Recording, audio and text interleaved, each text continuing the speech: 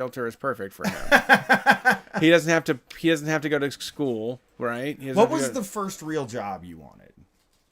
It's a good question to ask the people calling. Ninja? No, that's not what I mean. I mean first real job that you ever wanted. Not like like marine biologist. Okay, I'm talking about like that was my first real practical job that you ever said like I want to do this. You know what I'm saying? Like I think for me it was jewelry store. Tattoo artist? Okay, that works, see? Mine was working at a jewelry store. Working at a jewelry store? Yeah, I just had this real dream about that when I was a teenager. It was like at the end of high school. I wanted to work at International Diamond and Gold. They sell rings and shit? Yeah, the idea was they close early. And I would like kind of get my own store sort of thing. You know, that's what I thought in my mind before I could work. So jewelry store was the first real job I ever wanted to do. I thought I was going to get a job at a jewelry store, sell jewelry during the day. You probably make good money on commission on jewelry because it's expensive. And I'd get an apartment in this apartment complex and I'd be able to order anything I want on pay-per-view because I'd be an adult. That was what I saw my adult life being when I was 16, 17 years old. Yeah, I like it. That's ambitious. It's not ambitious at all. It's a dream. It's like, it's not anything that could ever come to fruition. It's not practical in any sort of... I could have never worked at a jewelry store. Something that you could imagine to do. I don't think a jewelry store would have ever hired me, though. You know what I mean? I don't know what mine... I don't know what mine is. Guy. Yeah, you didn't have one. You just weren't like... I mean, yeah. I just wanted a job that closed early. You know what I mean? That was like what I wanted. I wanted jobs that I like. You have to go to college for, but I didn't want to go to college for. Like I want to do graphic design or art or like creative stuff. And like, I'm not going to go to college though. Yeah, like, graphic design. I kind of wanted to do that too. That was the big fail career though to make. Like that was Y2K. If you graduated around Y2K, the worst mistake was like be one of those graphic designers because there's like a babillion of them. I know everybody wanted to be a graphic designer. It was very new. Yeah, it was cool though, right? No, I mean it's paid off. It's I mean, you know, you can work with it, and there's lots of people that make it work. But you know, I don't know. I don't feel like I had any of that. I don't know what I really. You just weren't a loser. It's cool. Like I was a loser. That's why I had those fantasies. You know what I mean? Where it was just like. You should imagine being like some highly successful on some sort of realm. It wasn't like highly successful. Some different. Even it was just like making $30,000 a year, $40,000 a year, living in an apartment by myself, and probably having lots of sex and getting pay-per-views. You know? Yeah. I think it's like imagine liking your job. I think that I wanted to do stuff. Like I was willing to handle toxic waste if it meant like $5 more per hour. I was more bargaining things like a financial scale, like how much risk can I take upon myself to get a higher reward. But to think of a really nice, like, you know, I wear, you know, my black fucking dress pants to work, and I have my shoes and my nice shirts, and I do my job at the mall every single week, and I'm happy with it. Like it is kind of. And I was talking with, I had Natalie and Drew from Garbage Brain University were hanging out over here earlier. And we were talking about how, like, we just wish we were born stupider and that we like sports. Like, we just wish that, like, we could get really excited, like, every Saturday when the Buckeyes played. Like, we would make fucking buffalo chicken dip and, like, not think about the consequences of eating meat or, like, not give a fuck about, you know, the rest of the world. And we could just be, like, you know... couch potatoes. I'm kind of the same way. I just wish I was stupid. I wish I was born a lot stupider. I mean, I can sit around and watch sports. I just like, I go through phases where I'm like, your life, I watch wrestling. People make it their life forever. So there's this place in town. It's called Roosters. It's a chicken wing place. Me and my wife went, and it was just all like piles of vanilla fudge with Ohio State jerseys on. It was pack to pack. It was wall to wall suburban motherfucking assholes that were there to like drink a liter of fucking light beer and eat a whole bunch of fucking bad food. and I'm so disconnected from that world. Like, I just want to smash it to fucking pieces. Like, I don't want it to. I want them to have a bad time. I want those people that, go and feast on $40 worth of chicken wings and potato wedges on a Friday night, and I want them to have a bad fucking time again. You sound like a super villain. Yeah, that's what I'm going for at this point. I did earlier this week. I put something in tweet form that I've been like kind of rolling around in my mind for years, and I thought you might be interested in it. I made the hierarchy of teen jobs this week, and I was talking. Yeah, we were talking about that. I was talking about with Natalie. Oh, really? You were talking to her about my hierarchy? Well, she said that when she was a kid, she got some sort of waiver from the state which allowed poor kids to work at 12. Oh, like when she was younger, you could get some sort of official certificate that like I've got an entrepreneurial kid on my hand that's 12 years old that I want to pay him $5 to clean the fucking grease traps. Oh, that fucking sucks, man. So, but I did the same because I did the paper route. Like as soon as I turned 13, which I mean, the paper company should have never trusted a 13 ever. We fucking They gave me a whole route. Shit. They gave me 7 days worth of papers. They were like, we entrust this to you to make this happen. And that was the dumbest idea they could have made. The bad shit we did, dude. Our buddy Zane was a paper guy. And we would fucking be like, we're going to do the paper out with you, Zane. Let's go fucking do it. He's listening to this probably too. And, we would go over to his house early and we would take the papers and we would roll them as tight as we could get them. And then we would go and throw them as hard as we could at the screen door and then just wake everybody in the house up. And then my buddy Steve got one and a guy got mad at him because he delivered his paper late. Remember? He delivers this guy's paper late, and the guy's like, you can't be delivering my paper late. And Steve was like, why don't you go fuck yourself? And he got fired from paper route. Man. But it was like... No, I remember that. I remember they would complain. They would be like, you delivered it past 11 and this one day. And it was like, I had the flu. I woke up shitting and pissing all over myself, and I had to do an audible. Like, I bet you were fine. Yeah. So, in the hierarchy of teen jobs, paper route is the lowest because it's the youngest job you can get, right? Like, and you get paid probably $4.35 an hour doing that. $2. It's not worth the time at all. So, the lowest level is fast food because nobody wants to do it. Nobody. That's a teenager. Nobody wants to put on that McDonald's uniform and go to work. People have to do it. I did it. My first job was McDonald's because nobody else would hire me. I did fast food. Chuck E. Cheese is fast food. Applebee's is fast food. Fast casual fast food. That's the lowest level. That's the one that none of us were shooting for. You know what I mean? Sure. Number 2, worst job, grocery store. Because that's one where it was like, it's working with food, which... most of us don't want to do because we don't want to get food all over us, but it's all food in packages. Yeah. So it's a little bit better. It's mostly dealing with people's weird customs and what they expect from the grocery store. Yeah. Like some guy shows up in like freshly creased polyester pants and is like, take my groceries out, boy. And you're like, sorry, I didn't know. I don't know what the custom is here. I don't know why you have to fucking yell at me like that. We had a guy, the general manager at, they called you had to call him Mr. and Mrs. at Kroger, and I had to call this motherfucking dude Mr. Ken. And like, I hated it because I was like, I'm 18. I am already a fucking insanely disrespectful human being. And this guy's making me call him Mr. Ken. I actually threatened to beat him up at one point when I quit. I said, we're going to have to kick this guy's ass. And we went up there and got into it. But so the next thing... golf course, bowling alley, mini golf. Like those are all kind of a category, right? Okay. Arcade, maybe. Build-A-Bear. Build-A-Bear. No, Build-A-Bear's the next level. Really? It's a store in the mall. Okay. That's the penultimate. That's number 2 in the hierarchy.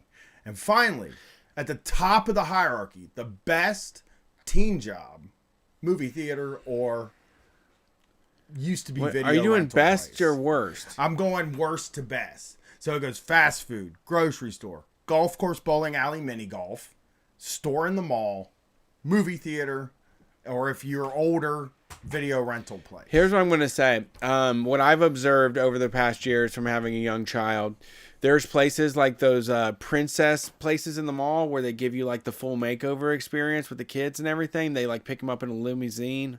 Can't remember what it's called. There's also Build-A-Bear. There are the jumpy places. And I think that having a 16-year-old conduct a birthday party for 23 young children is way above their like experience level. I think it's completely unacceptable. And like I think that you're stuck with 50-year-olds, meemaws and peepaws that are like, why aren't you handing out plates? Why aren't you passing out plates? Why don't these kids have utensils? And it's like, I don't know what I'm doing. This is my first foray into fucking jobs. Party planning. And I'm supposed to be an event planner for your 6-year-old princess's magical fucking day. Yeah. Yeah, it is wild. Or like when I watch Build-A-Bear, they conduct a whole thing. They sing fucking songs. They do a whole routine to make it like a magical experience for these people to pay $45 for a teddy bear. And you're not allowed to tip them. I doubt you can fucking tip them. And nobody would even think to tip the fucking Build-A-Bear person. I mean, I think the reason I say store at the mall is the second best, right? No uniforms usually. They usually don't do uniforms at the mall. Store in the mall, clean job. Store in the mall. Also, you get to cross pollinate with other workers. Like there's lots of, You go in a mall break room, you're hanging out with people from all the different stores. Yes, you get to invited to different parties. You get to have different experiences with different employees of different mall subsidiaries. Yeah. Right? Yeah. And you can also trade food and services. Like when I worked in the mall, we would like make a bunch of food and take it to another restaurant, and they would trade us for like a whole big bag of their food so that we could get a switch up going. Fast food was great. We also use the hallways. Like there's that secret hallway in the mall where you can go to get into the back room of all the other places. So when I was underage, we would go to the video game place and play like Marvel vs. Capcom all night long. Also a benefit of being in a mall. Yeah. I did overnight. One of my first jobs out of high school was third shift at like the flagship Hollister store in Columbus. So you had to fold everything in the most perfect way and line it up so that the edge was at like a 90-degree angle with the shelf and shit. Like it was really intense. And they would like grab, if it was just sloppy, they would like grab your fucking stack of clothes and just throw them on the ground and say like, you gotta start over. God damn. Yeah. Yeah. So yeah. I mean, store in the mall was just like, because like the reason I make the hierarchy is because like if you're like there was one more thing at the mall. There was a club that fucking the Adobe Gilas in Easton. Yes, there is always a very minor club where you can get drinks for super cheap. Yes, that's true. After you get off, that's true. Yeah. That's one of the benefits of working at the mall. Well, the reason I came up with this list was because like when they hire teenagers to do jobs, they're really only judging them on looks. You know? That's what I believe. Because what else do you judge a teenager on? You know? Wanting to make money. I haven't met one that wants to make money yet. Well, that's true, but what are they using in the interviews to decide if they're going to hire you as a team? They're looking at excitement, I guess, or like in interest. I don't know. Like when I wanted to make money. I was like my back against the wall. I wanted to make money. I was very motivated to work for money. I wanted to too, but I couldn't get hired at the mall or the movie theater or the video rental place or a fucking mini golf place or anything like that. All I could get was fast food because of the way I looked. I truly believe this. I believe that if you were able to work in the mall, you were hot. That is a belief. Or movie theater. Wow. That's 2 jobs.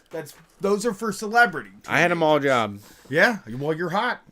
They looked at me one time and said, no, you're working at McDonald's and Chuck E. Cheese. You know what I mean? You're backroom material. I am backroom material. I am low-level job material. I mean, I was only good at jobs that didn't do interviews. I mean, Abercrombie was like one place. Hollister was a place. I mean, those mall places, sure. Hot people places.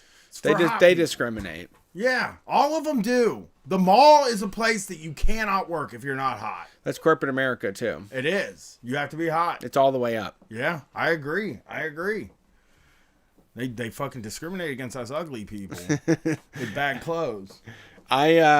So this is all this the only reason you're talking about this is because you don't want your daughter to get a high school job. I am not having my daughter get a Gwen job. threatened to fill out a resume, and Brian is like now thinking about it and spiraling because you're worried that she's going to actually land herself a fucking high school job. She's not doing a resume now. She used it because she knows I don't want her to get a high school job. And she said, I'm going to fill out a resume. I need to fill out some applications and get this thing set up. And I personally said, what is it that you want a job for? That was what I said. Because I don't want her to get a job. I've said this on this show multiple times. I think that teenagers shouldn't be working at places with 23-year-old creeps and weirdos. And listen, I'm not saying creeps and weirdos. What I really do believe that like 23-year-olds are all 23-year-olds are creeps and weirdos. Yeah, bad thoughts. You know what I mean? Like No, they not just have bad developed. thoughts. They have bad. They're not. Their brain is not developed. They don't know how to separate themselves from teenagers at all. You know Yeah. what I mean? When I was 23, it was the same thing, man. I'm fucking 23 years old. I go to a job, I'm talking to somebody, and I'm like, I was very popular in high school. Like, Yeah. it's just, you still feel like that's your life. You know what I mean? And I don't want my daughter to get, like, sexually harassed or treated badly by people. And that is, like, I Guarantee. have yet to meet a woman. I've talked to some people who haven't had this experience, but basically every woman I know has relayed a horror story from working at a place when they were 16 years old with some fucking creepy dude as their 23-year-old general manager who's like just a predator. You know what I mean? Yeah. I would have never been it would have been fucking 15 times harder for me to get alcohol and drugs if I didn't have a job when I was a kid. That's true. Because I was able to meet the people that had the alcohol and drugs that could buy the alcohol and drugs at a job. And I'm not saying that I think Gwen is like at high risk for doing alcohol and drugs. I just think that when a teenager gets a job, they're automatically bounced up to like adult level in a weird way. Like they've been handed like adult level responsibilities, and the people at the job treat them like shittier adults. Yeah. You know what I mean? No, I remember this guy we were working with. They're like, hey, man, we need a bottle of booze. Will you buy it for us? He's like, yeah, absolutely, man. Come over to my house. We go over to his place on a Sunday when we're off work. And we go try to buy it from the store, and like it's all shut down. He's like, oh, man, hey, there's a bar I know we can go to. And we all walk into a bar, one 40-year-old man or 30-year-old guy with the 18 and 19-year-olds. And they're like, can they get a bottle of vodka to go? And the bartender's like, I'm going to have to charge you per shot. That's going to be like $3 per shot. And so you're looking at like $60 bottle or whatever. And he looks at us, he's like, $60 okay? And we're like, yeah, $60 is okay. We want fucking booze. And we just handed over the money, and she gave us a whole bottle of fucking vodka. God damn. It was very weird. I mean, that was where I got like most of my connections through my job. I got places. I fucking, the first bad trip I ever had was that I took acid, and I went to this fucking dude who was the kitchen manager at Chuck E. Cheese's house underneath the pizza place. He lived underneath the pizza place in fucking Chillicothe. We drove all the way out there, and we were all going to stay the night at his house, and we were all tripping on acid, and he had like a bunch of, like, it was a cruddy apartment. You know what I mean? It was like as cruddy as an apartment can be.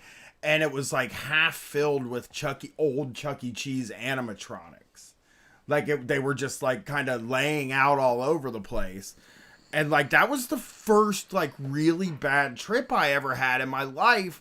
I didn't know what to do. And the only reason I was even able to do it and have it was because I knew a 26-year-old fucking guy that was my boss that wanted to hang out with me because he thought I was cool. Oh, no. You know? No, getting a job, I like being 16 and getting a job and loaning it to like the first cokehead that you meet that is like scandalous as fuck and disappears on money. Like, just there's the first times you meet. There was this dude named Micah that ran through all of our friends that would just be really buddy and then borrow money and just skedaddle, and you'd never see that motherfucker again. Yeah, I got fucking robbed at McDonald's, man. These Right. guys asked me to get them a fucking quarter of weed, and I went and got them the quarter of weed, and they said, here, just go out to the car. We'll just do it there. We get out to the car, and one of them fucking pulls a gun on me and takes the fucking weed. You know? Right. The same guy that was pulling the money out of my pocket in the bathroom while I was taking a piss. But like TJX6 type. Yeah, I just don't want my daughter to have to go through that until she's a little bit older and develops Yeah. skills Thicker and skin. shit. Yeah, I don't think. I mean, I understand. I definitely understand it. Like, I mean, there's no reason to have her do that. I also don't think it's necessary when I own a business.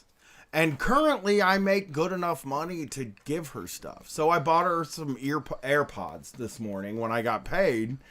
Because it was just like, she's not going to be able to get them if she doesn't get a job. I can't really tell her not to get a job if she's not going to be able to get the stuff that she wants. You know what I mean? Like, that's why you would get a job. So I went and got it for her. My wife is like... just every time she wants something done, my wife is like, well, we bought you AirPods this morning, and That is nice. just on my way out the door, Gwen was taking the trash out, and she was like, I'm never gonna pay this off, am I? And I'm like, that's your debt. Yeah. Your debt is to your mom, who is gonna make you That's do good. everything she's ever wanted to That's a have great done. lesson to learn. Don't let people buy something for you because you'll owe them forever. Make your own fucking money and buy it yourself. I said, Gwen, I'll take it easy on. I told her I'd take it easier on her because I'm a softie. Yeah, you're too soft. I like too being much of a soft. buddy. I am a buddy. She's my buddy. I think I'm doing a good job though. I'm the pressure that makes diamonds.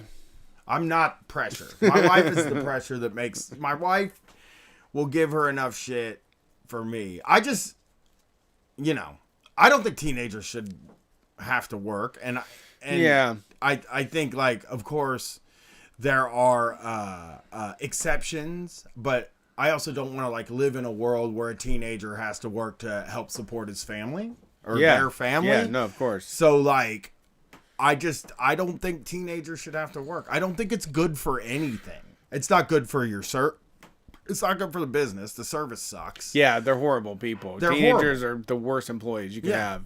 It's not good for the teenager. It's not good for their grades. You know what I mean? Their social life. I mean, I tried to explain to her, like, so Drew Toothpaste asked her to babysit for him on the night of the variety show. He was going to pay her like $80. And she turned him down because it was a Friday night. And I was like, you think if you fucking get a job, they're going to give you Friday night off? You're fucking crazy. You are going to work every Friday and Saturday night and Sunday during the day. Like, that's why they hire teenagers. Yeah. So, All right, let's get into these calls. We've been yapping too we much. got calls? Yeah. I thought we didn't have calls. That's No, why we've I had thought we were we've talking. had calls for a while. We've been Let's talking take too the much. calls, man. Sorry, we forgot to take the calls. You're going to get this one while I pee. Oh, thanks for calling Street Fight. Who are we talking to? Hey guys, how you doing? Doing well. How about yourself? I'm a little pissed off. About what? Well, I should be happy because it was a cop funeral, but kind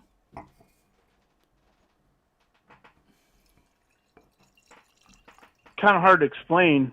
I was coming home from visiting some family, and I was getting on the interstate, and as I was going up the up ramp, I saw there's a hospital right next to the interstate where I live, and I just saw a sea of cop car lights.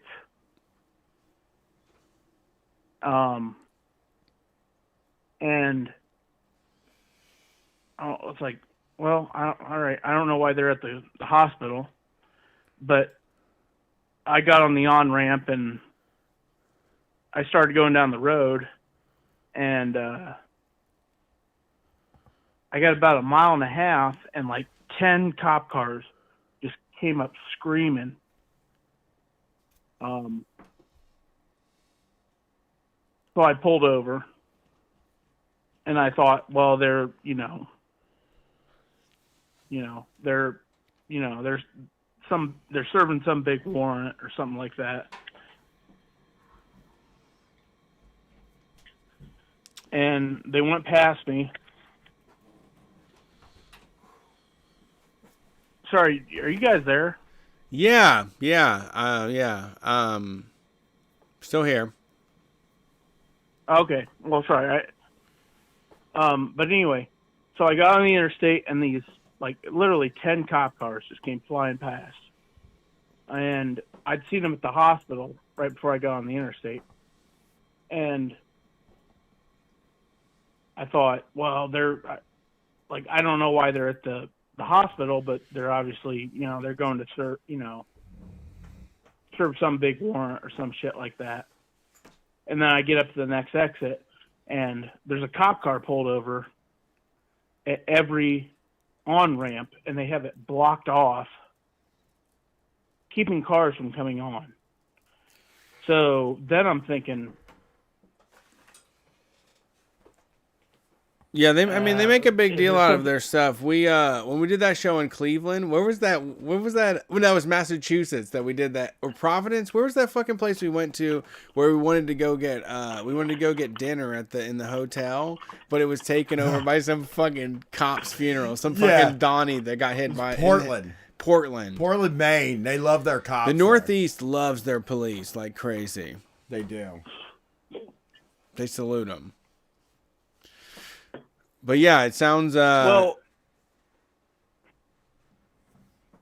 like I said, I got up to the next exit, and this fleet of 10 cops who had been roaring past me, I start seeing that they've pulled off to block off the exits to keep anybody from getting onto the interstate.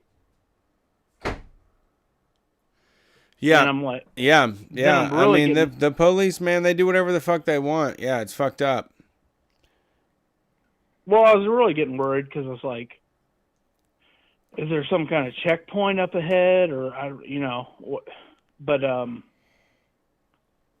so I go past a couple of these exits, and then I just see another complete galaxy of red and blue lights coming up behind me. Yeah. And I'm like, oh shit, what? So I pull over, and just one after another cop cars going by, and they're city cops, they're county cops, they're state cops. Do you think maybe it was aliens, like some sort of Independence Day situation was happening? Was the president? Oh there? No! I know what it was. When I lived in DC, the craziest thing about DC is that there was a lot of times that a whole bunch of black vehicles would shut down a lane of traffic and just create a calamity and come speeding through out of nowhere. I mean, my guess is this is a politician, but yeah, for sure, it was nothing serious, but I don't know, being there when you have all the lights going off and you've seen all these disaster movies and you know what it looks like for this place to go up in fucking smoke. No, it was like that, but so all these cops start behind, and I pull over. I'm like, Jesus, what the fuck is going on? They're blocking off the interstate, and sorry I cuss, guys. We cuss too. We're cussers. We're foul mouthed. My mom put soap in my mouth as a kid, and I dared her to do it again. Oh, okay. But anyway, I pull over, and I just see the sea of, these red and blue lights coming, and I just start looking out the window, and it's like 10 cops go by me. What was happening? Were they trying to kill somebody or something? Was there a bomb threat? Was it the end of the world? What was it? Well, it was a cop funeral. No, yeah, always those the cops. Suck. Yeah, I mean they always. But it was out the okay. red carpet for here's the thing. themselves. Here's the thing. It was 11:30 at night, So it was like some sort of Irish wake. Is that what that's called? When fucking people do fucked up things on alcohol late at night? They're probably drunk. Irish wake. Close the freeway so the cops could all drunk drive. Yes. It was. If I had a gang, that's what I would do. If Street mean, Fight was the like- biggest posse in town, you could all drive as drunk as fuck as you wanted. Like, we would protect you.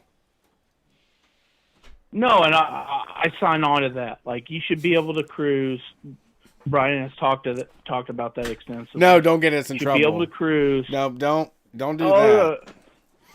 You can get me in trouble again. People can yell at me again. well, anyway, okay. Short story. 30 cop cars left a major hospital, got on the interstate. They sent 10 of them ahead as a vanguard to block off all the exits. I don't know if I mentioned that, but they blocked off the exits. That's what the first 10 that went by me were doing. They were blocking off the exits so nobody could get on. And then another 20 of them were coming up to escort a hearse that was hauling a cop. Yeah.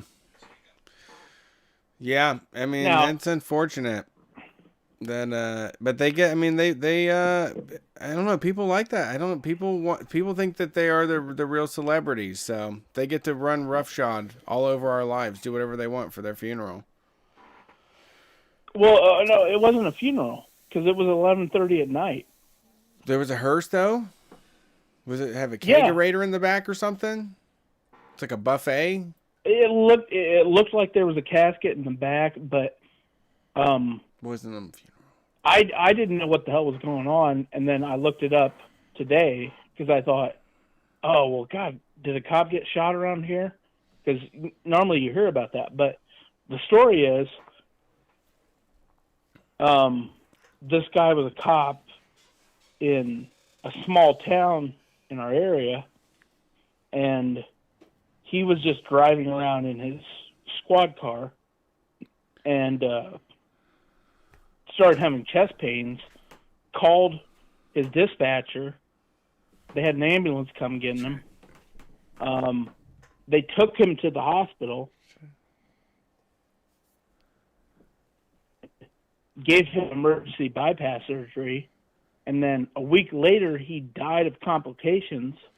Well, you know And what? then- Thank you for sharing this wonderful story. We really appreciate it. That's such a uplifting story to hear. But no, no one in America is more.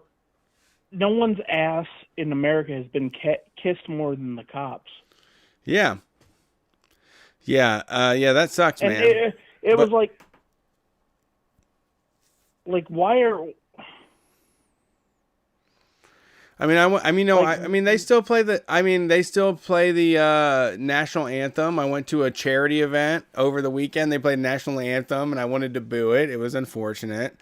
When I take my kid to public school, they still do the fucking Pledge of Allegiance. It's unfortunate. They just like the status quo gets to. These are the people that think they're oppressed. These are like they sell Blue Lives Matter memorabilia in Walmart now, and these are the people that feel like no one will let them do that. They feel like that they're not allowed to be out loud and proud of the police. It's a fucking absurd world that we live in. It's a complete schism compared to what they get. Yeah. But thanks for calling in. I appreciate it. We got to get another call in here. We've had a lot of people on the line for a while. Thank you. Appreciate it. Next one. Yeah, let's go for the next one. Next call. Next call. Let's see who's calling. Thanks for calling Street Fight. Who are we talking to? I'm not letting you take a break till we clear some out. Hey, this is Lily the Dominatrix calling back. Hey, Lily, oh, how's fuck it going? yeah. Yo, I have had some things happen. Okay. We talked. Hell yeah, let's hear it. Let's hear it. Well, first of all, I got to thank you and then bitch at you, Brian, for suggesting I play roulette. Ha, how'd you do? I was there until 5 in the morning, and I came out 300 up. Yes.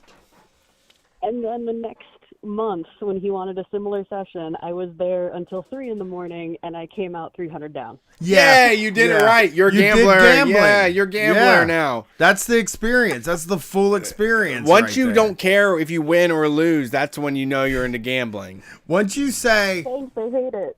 I broke even. Man, I lost, but you know what? That's also an experience that I can have. That's Yeah. what gambling's about. Once you can break, you're like, oh, I broke even. I mean, last month I won. This month I'm down. Once you know about house money, like you're good. I guess. Have you given it up? No, I told him I want to do sessions at the casino every month now. I do too. So I would go like to downstairs and do. gamble some. I would like to do some sessions at the casino. I'm gonna Come go with me, I'll soon. let you know. Putting a little bit on the line, it is really fun. It's enjoyable. But it's for the most part, I had this thing where I would go after I dropped my daughter off for pre-K. I would go play blackjack for a while, and it was the same exact thing. I would like win $150, and then I would lose $200, and then I would win like $300, and then I would lose $250, and it was just. I'm like, I think I'm losing money on gas. Actually, I think after all. The time I'm spending going back and forth to the casino is where I'm losing my money here.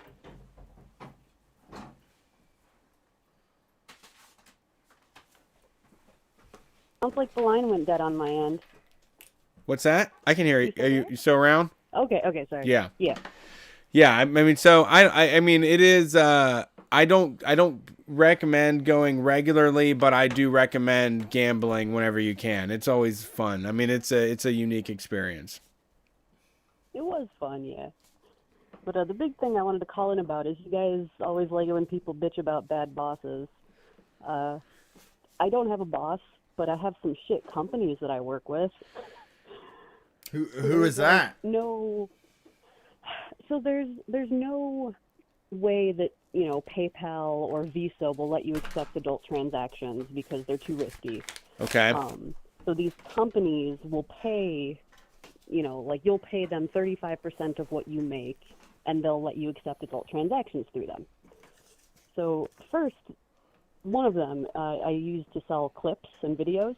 Uh-huh. They didn't pay me for a year, an entire fucking year. Wow. How can they? This is the payment platform you were working with? Yeah, Kink Bomb is what they're called. Can I say If you don't mind They something? me. held your dropping. money up for a year? I don't mind your name drop. Yeah. Can I ask you this? And I don't know the answer to this. I'm not like it, but I buy a lot of questionable things online. Like mushroom spores and kratom and things like that. And I don't want to get it. Have you ever heard of Zelle? Yeah, they don't like adult either. Really? Yeah, Zelle is Them mainstream. motherfuckers let me buy all kinds of Zelle- shit with that thing. Zelle is super mainstream. Oh, really? Yeah. I get discounts for buying shit on Zelle. Like, I'll go to one of my questionably legal websites and get stuff, and it's like, yeah, use Zelle, man. We love that shit. There is still a lot of Just not be problems with like, telling Zelle. yeah, the adult entertainment stuff is. Well, they often do say don't write anything in the memo line except for the order number. Oh, then they're not telling Zelle. And they all have like a name, like for Kratom, it like the name is like Terrific Organics Yeah. or something like that. Loving Pastures LLC. Yeah, so but I thought I was really on this. I thought I was really gonna blow her away there. I thought I was gonna be like, hey, Zelle, can you use that? I think the grimiest is I Cash appreciate App you right now. trying. Yeah. Cash App Yeah. is for people that like use burner phones and shit. Oh, really? Yeah, Okay. like so it's- you can use And Cash then- App. They don't need any identification, I don't think. Okay, I'm gonna get a Cash App. Just post it every once in a while. See what I get. But Kink So Bomb. Kink Bomb fucked me over for a year, and then it took them a month and a half to actually get me my money. They said they sent out my check, and I never got it. I said, okay, can you send it again through certified mail? They said no. I said, okay, what am I supposed to do then? Because they don't do direct bank deposit. They're like, well, we could pay you through PayPal, which also doesn't accept adults. Right. So I was like, I don't want that. Illegal, But if yeah. that's the only way I'm getting my $800, then They'll freeze fuck. your account. Yeah, right? I've had it happen before. Oof. But, so they finally sent it to me. I was like, can you send it friends and family so I don't have to spend the, whatever 5% PayPal takes out of the money you've been keeping from me? They're like, no, we can't do that. What the fuck? I send everything friends and family. I don't give a shit. You know? Right? Yeah, I'm a big friends and family Give me my guy. fucking money. I took down all my content from there. And then not a week later, I get an email from allmylinks.com saying, oh, well, we didn't know that Stripe, the payment processor we're using, doesn't accept adult transactions, so we can't pay you the $75 we owe you. Oh God. Geez, and you're not even like doing anything illegal, right? Like, I mean, No, I don't want you to do admit full anything, service. Yeah. but it's like you're not doing the thing that's illegal. You're doing stuff that's perfectly fucking legal.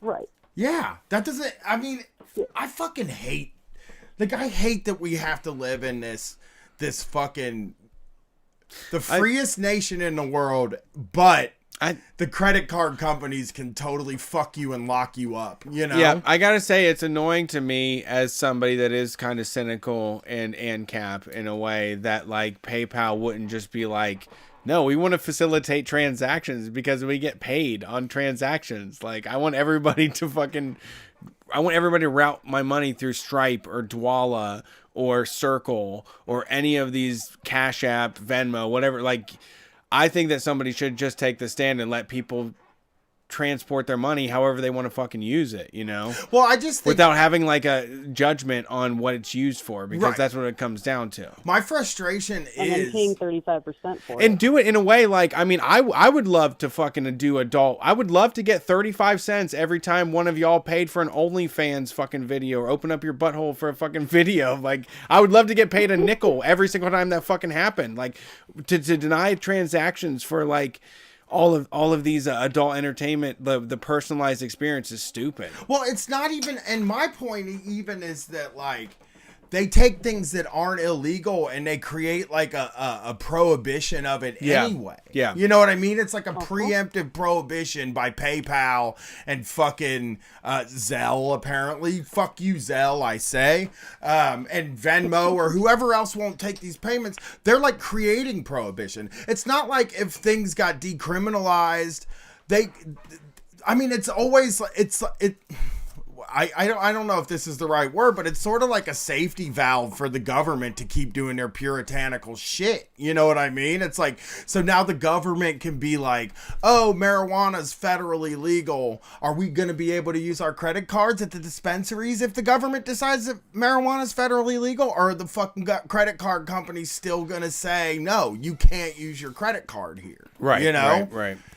And just for me, it's like, weed is like the last thing that I'm worried about, you know, at this point, because you can get it. It's fairly easy to get. And I guess if I got to go to an ATM and get cash, but I hate how I do know that we have sex workers that listen to this show, and like it seems like the government and the people who run like credit card companies and banks and all of these payment services are trying their hardest to make it as unsafe and precarious as they possibly can. Yeah, I mean, there should be a democratization of that industry too, where it's like if you can send money directly to somebody that you want to see naked, that's way better than, you know, renting videos or paying for like that entire industry. If someone can just be at their house and put on a fucking outfit and get you, you know, get what you Right. want, right? Like, like the direct access to people is just new territory, and the government wants to be the dealer.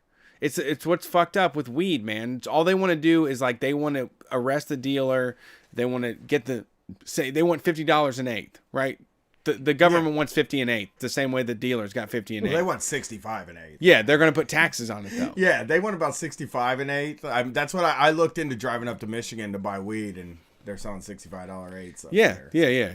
So But this is something that we just haven't come to terms with, and I don't know how long it's gonna take for us all to get used to it. But you know, I think the folks younger than us have a different attitude. I think mean, that the expression, the a lot, there's people that, you know, do sex work as a part of their online experience that But I'm even not the even idea- involved. I'm involved with like their artwork and the illustration or with other parts of their life. And like to restrict it to me is just fucking tyranny. Like that's Right. that's not letting people do what the fuck they want to do. Well, shit, dude. It's not even they're not even in the same room as each other. I think you should be allowed to fucking pay for sex. Like there is no part of me that doesn't think it would be perfectly fine if people were just able to pay for sex and have sex. But for like credit card companies and then the people who fill the hole of that because you can't do it, yeah. to be fucking with the people that do it, they're not even like in the same room as the people that they're talking to. They fucking can't do anything illegal. Yeah. You know what I mean? It's I truly feel for you. Well, the big thing is the government, if they want their cut, they're deriving their cut away, because I've been doing this for 15 years and I've never gotten a 1099 from any of these companies. Yeah. And then this year, I get an email from I Want Clips, which is another place I sell my clips, saying, sorry, we kind of sent your 1099 and everybody else's 1099 to one of the performers here, instead of sending everyone's 1099 individually to themselves. They just grouped them all up and sent them to one performer. So it became person some has all sort the of like information. get to Los Angeles game show that everybody Well, had to do like a cannonball run to they get their sent- 1099. They send somebody everybody's information. Yeah, too. yeah. And a No, they bit. get it through email. Fuck. That's Fuck. so So they just went stupid. group email, attach everything. Ugh. So this is the first year I've ever gotten a 1099, and I'm like, oh, look at all this information that some stranger now has on me because they fucked up. And are they going to do anything about it? Hell no. Yeah. Because your hands are basically tied, because like as I was saying, like what happens is when this shit, like it's like I just had an issue with shrooms, mushroom spores, right? Like I got Brett a gift and I wanted him to get them, and I bought them from a place in Canada that a buddy of mine, Hoaxy, rest in peace, a buddy of mine recommended it to me. And they took over a month to send them. And when they finally sent them, they didn't put the right paperwork with them, and the government just seized them. And I didn't ask for my money back because I'd been tied up with this company for fucking 2 months, and I was just exhausted. So I then learned that I needed to find a place in the United States to mail them so that they don't go through customs, so that they get to my house. So I did that. And it's like... as much as I hate Amazon, it's been real nice to just been able to go on Amazon and buy those spores. Something to You know what I streamline it. mean? Yeah, but they when they make these things gray market, when they create these gray markets, it means that like the people that are jumping in to handle the parts of the gray market that like Visa or PayPal won't handle, Yeah. when those people show up, they're not good at it. You know what I mean? They don't have the space. Right? I mean, like I'm sure Send Me Clips, is that the name of it? What's that? Send Me Clips. I Want Clips. So I'm sure I Want Clips might even have their heart in the right place, but like I don't think the person running I Want Clips has the same resources as like Visa. You know what I mean? Right. It's frustrating to me because like, I mean, definitely United States taxes are theft. Like anything they want from us, they only brought that on us because they could claim us from birth. Like I never signed the contract. But like if I was trying Rand Paul over here. if I was trying to collect taxes and shit from people, like the drug dealers, if you just let them claim their income, you could have just 1099 them. You could have just let them say, this is how much I made from selling weed this year, and been done with it, instead of putting all this infrastructure and doing it fucking wrong and overcharging us. Like the legal weed, they fucked it up so bad. And then they don't even allow for these marketplaces, for social media, for clips, for things that are online and that like are, you know, your choice to put out there and sell for money. why should it be a hassle that to get paid and make this like a legitimate way to pay your rent, you know? And that's what I'm saying. Like, this is my first year going to a CPA, and the CPA was like, okay, call the IRS, have them tell you what they have as companies having reported your income so that you don't overpay.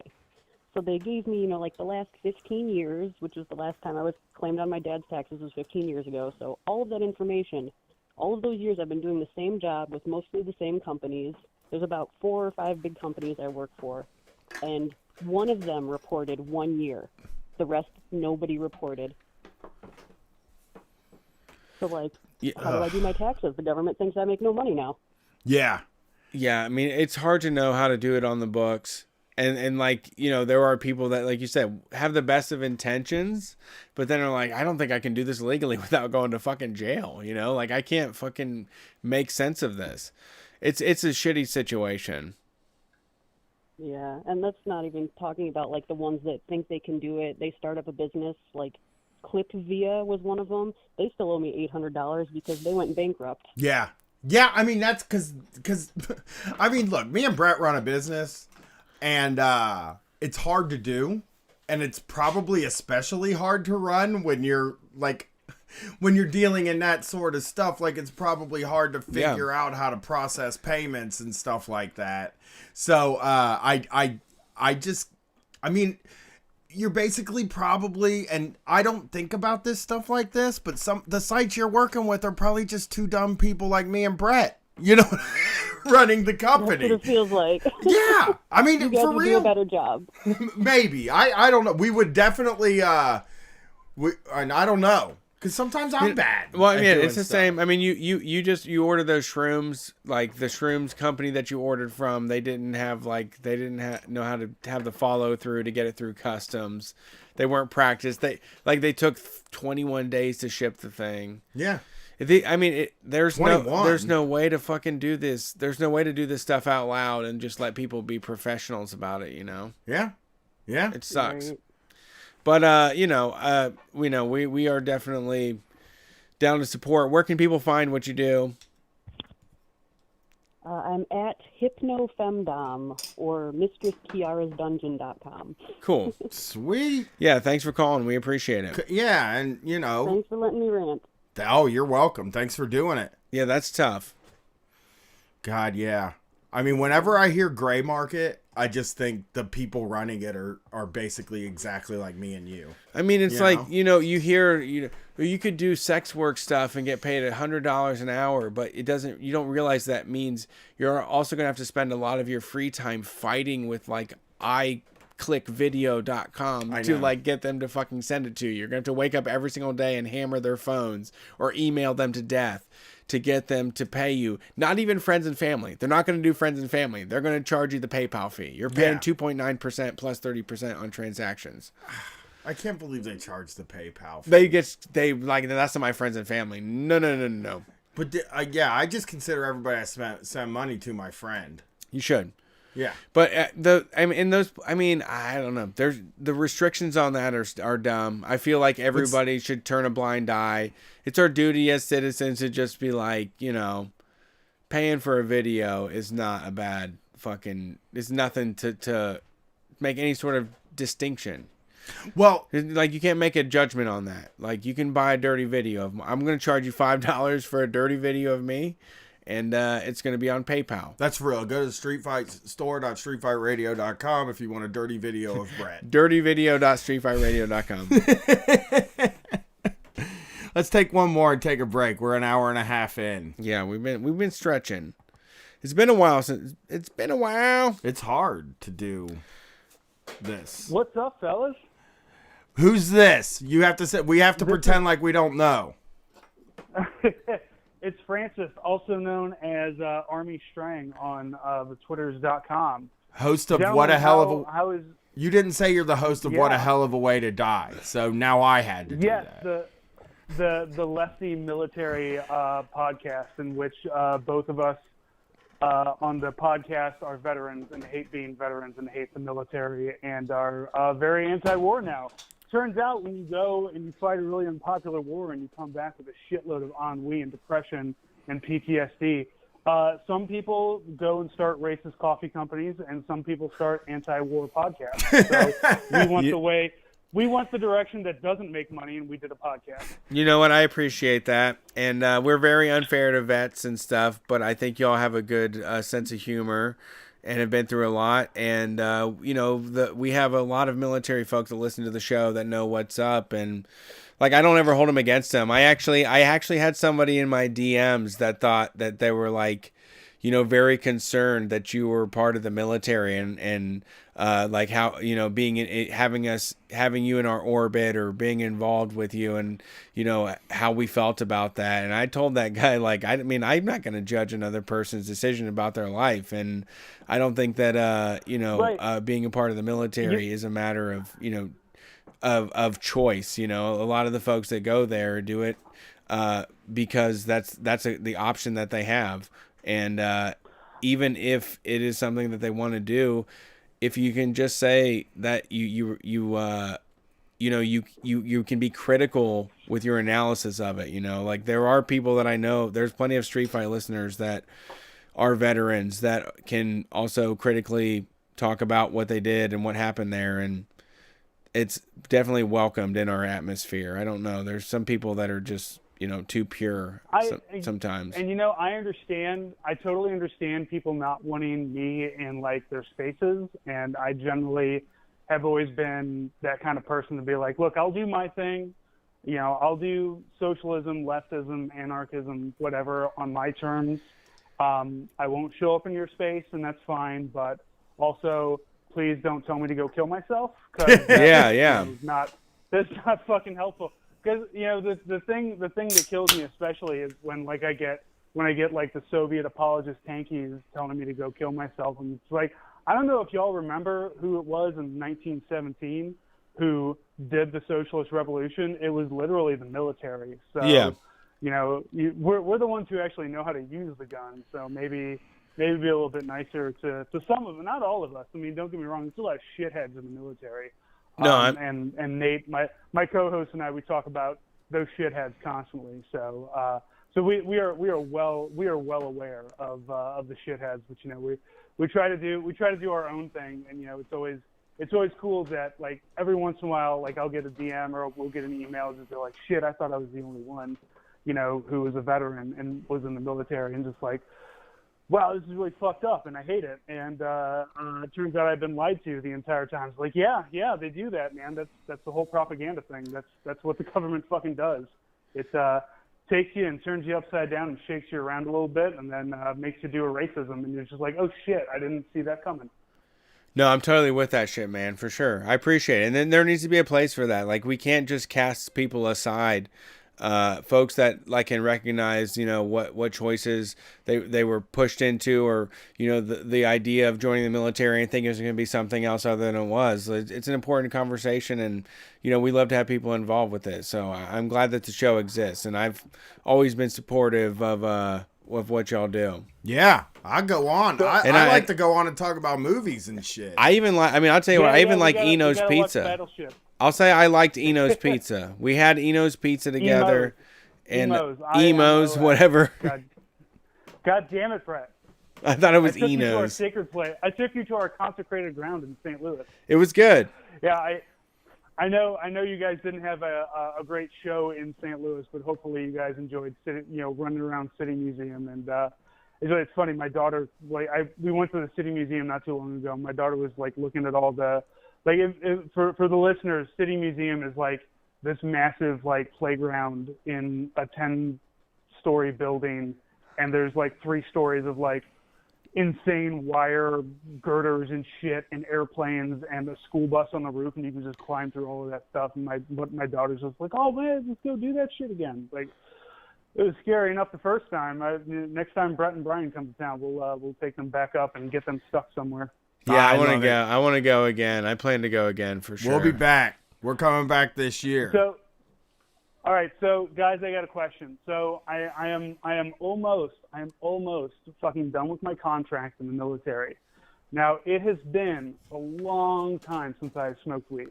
And I just did a sober January, just did the dry January, and realized that like alcohol is actually a poison, and I don't have that much fun with it. But I do remember weed being a lot of fun, but like it's been so long, it seems so confusing, and it's just like, you know, when I was buying weed from like behind a burned out IHOP, you know, in Missouri, you know, you get some weed, you get a little high, you'd watch a movie and you'd go to bed. And it seems like it's a whole weird culture now. Like, and is it possible to just smoke a joint and relax anymore? Or is it like all some sort of weird hyper weed that like, No.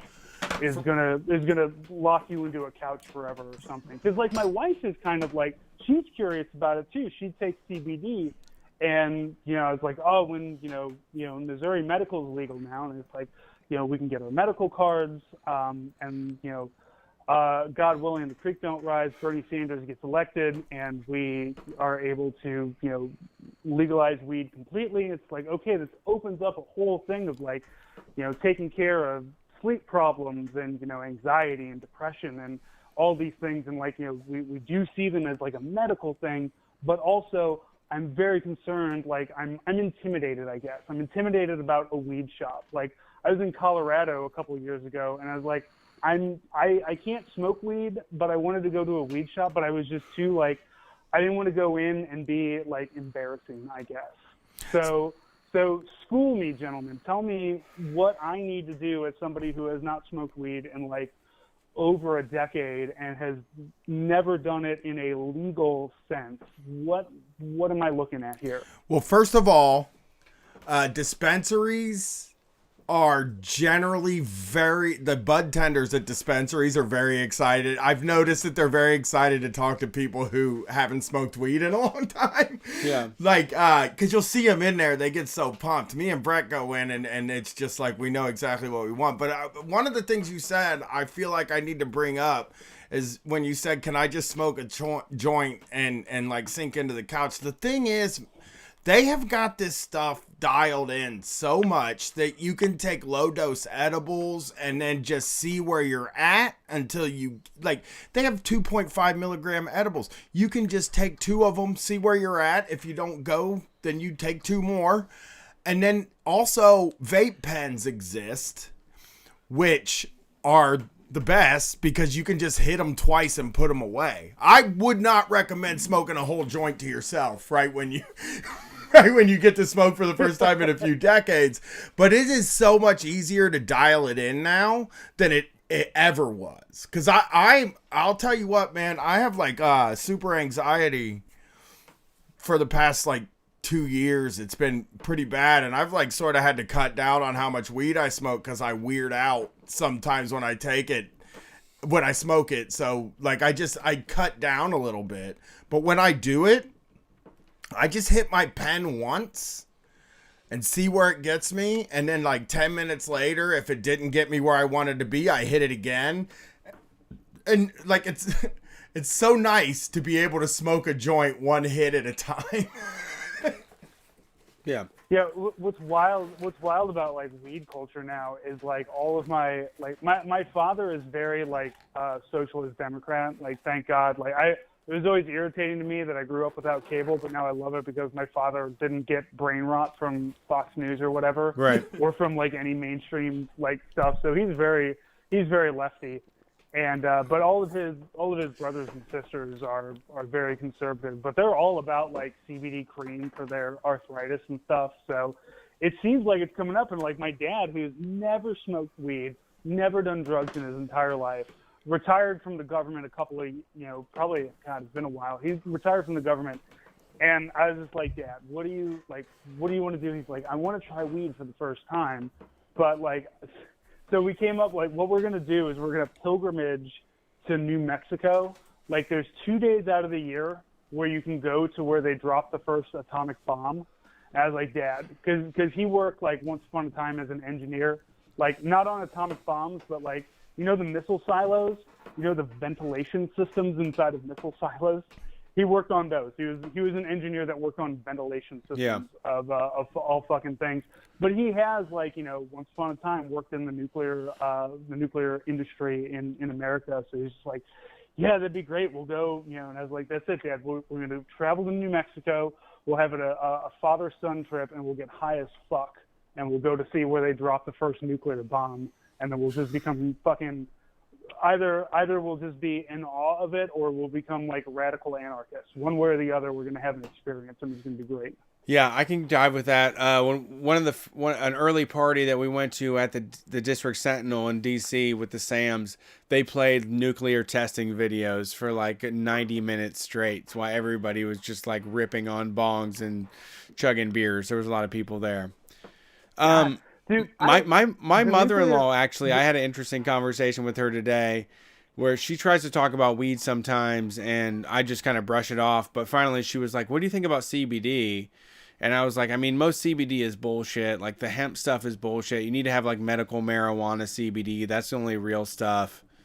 Like you have to have it mixed with THC. It's the hemp stuff is complete bullshit. And I actually, when we were in Seattle, I bought this like Dragon Balm, which is a topical cream for like arthritis shit. I bought it and I was going to give it to her for Christmas, and my wife said no. And my mother-in-law was here today, and she was asking about it, and I was like, man, I got this fucking Dragon Balm. I already bought it for you. Just take this shit home. I know you want to get into it. So, saying all that, as like the actual weed expert that's like on weed all the motherfucking time, I would suggest you get into the vaping. I mean, down and dirty joints, man, like smoking joints of what they're putting out these days, it's definitely going to take you to the far side. Like, you're going to be fucking obliterated. But like the vaping, whether it's like the Volcano, which is very expensive, or the PAX is the portable version. And I use a bootleg PAX that I got off the Wish app for $70. Don't get one of those. I can send you a link to it. I use smoking it. some wild stuff if you do. You get a little aluminium in it. You get a little bit of vapors. Look, I got a buddy who vapes weed, so I'll hit him up. I don't know where he gets his cartridges from, but I think he gets. But no, it's the healthiest way to do it. And like edibles will make you, if you do enough edibles, you'll eventually think that you have to plan your own funeral. Like, you think you're going to die if you do a lot of edibles, but like inhaling it is still like hits the spot. You know, that's smoking the joint spot. Tincture is also another good one that takes effect immediately, so you know where you're at. Because that's what me and Brad always recommend to people, is like, the reason we tell you to vape it is because as soon as you hit it, you know where you're at. You know? Yeah, you don't want to sit around and wait. Like, edibles, you should be thoroughly fucked up. I'd be too concerned with edibles, because like you always hear about I ate half a brownie and it didn't do anything after an hour, and then as soon as you eat the other half, it hits. Yeah, like, I just want to like. You call an ambulance. I don't want to have to. Yeah, I don't want to plan. I don't want to have to be like, okay, in an hour I'm going to be high. Like, I'd rather just do a vape pen, or do a one hitter or something like that. Yeah. Is that still what the kids do? No, one hitters. I haven't seen a one hitter in a minute, dog. Francis, like, that's some old people ass shit. You bring out your little wooden toggle box, that's the flip around lid. Yeah, the wooden toggle box, man. They had that shit back spring loaded. So you could hide it and everything. Popped your little ceramic ass bowl out. You can never truly hide that. I'm sorry, I need to find a place that sells empty film canisters, so that I can put my weed in one of those. I can really do it old school.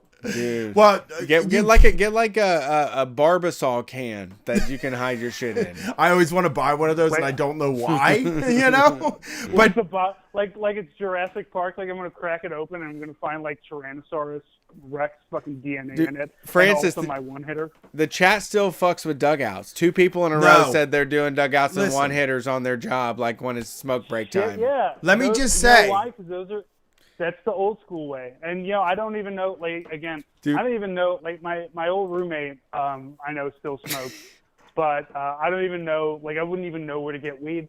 But now that it's, like, legal over in Illinois and everybody just goes to Illinois and picks it up, or, now that it's medical here, like, here's what I'm excited about.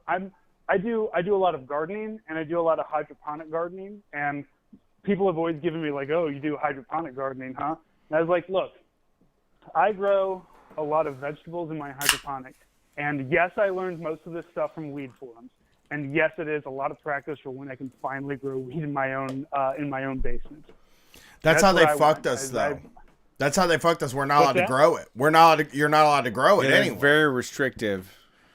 But let me just. Medical here, supposedly in Missouri, you can keep your own plant. You can keep like up to 6 plants for Nice. personal use. That's what if you you have a want. medical card. Right. But right. again, as we know, Bernie's going to become president, and we're all going to be able to smoke weed legally. Well, he did say That's he's gonna. why I'm wondering. He said he's gonna make it legal federally on day one. But here's the deal: the states already, like a lot of states, already just fucked it up, and it's never gonna be good. Like he'll make it federally legal, but it sucks shit in Ohio anyway, and they're not going to do anything to fix it. They got their. That's why they passed them.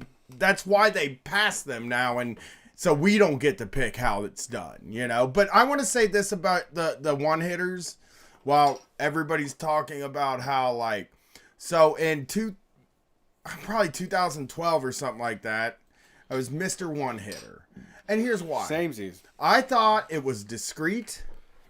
You take your little one hitter out, you hit it, you put it away. Here's the thing.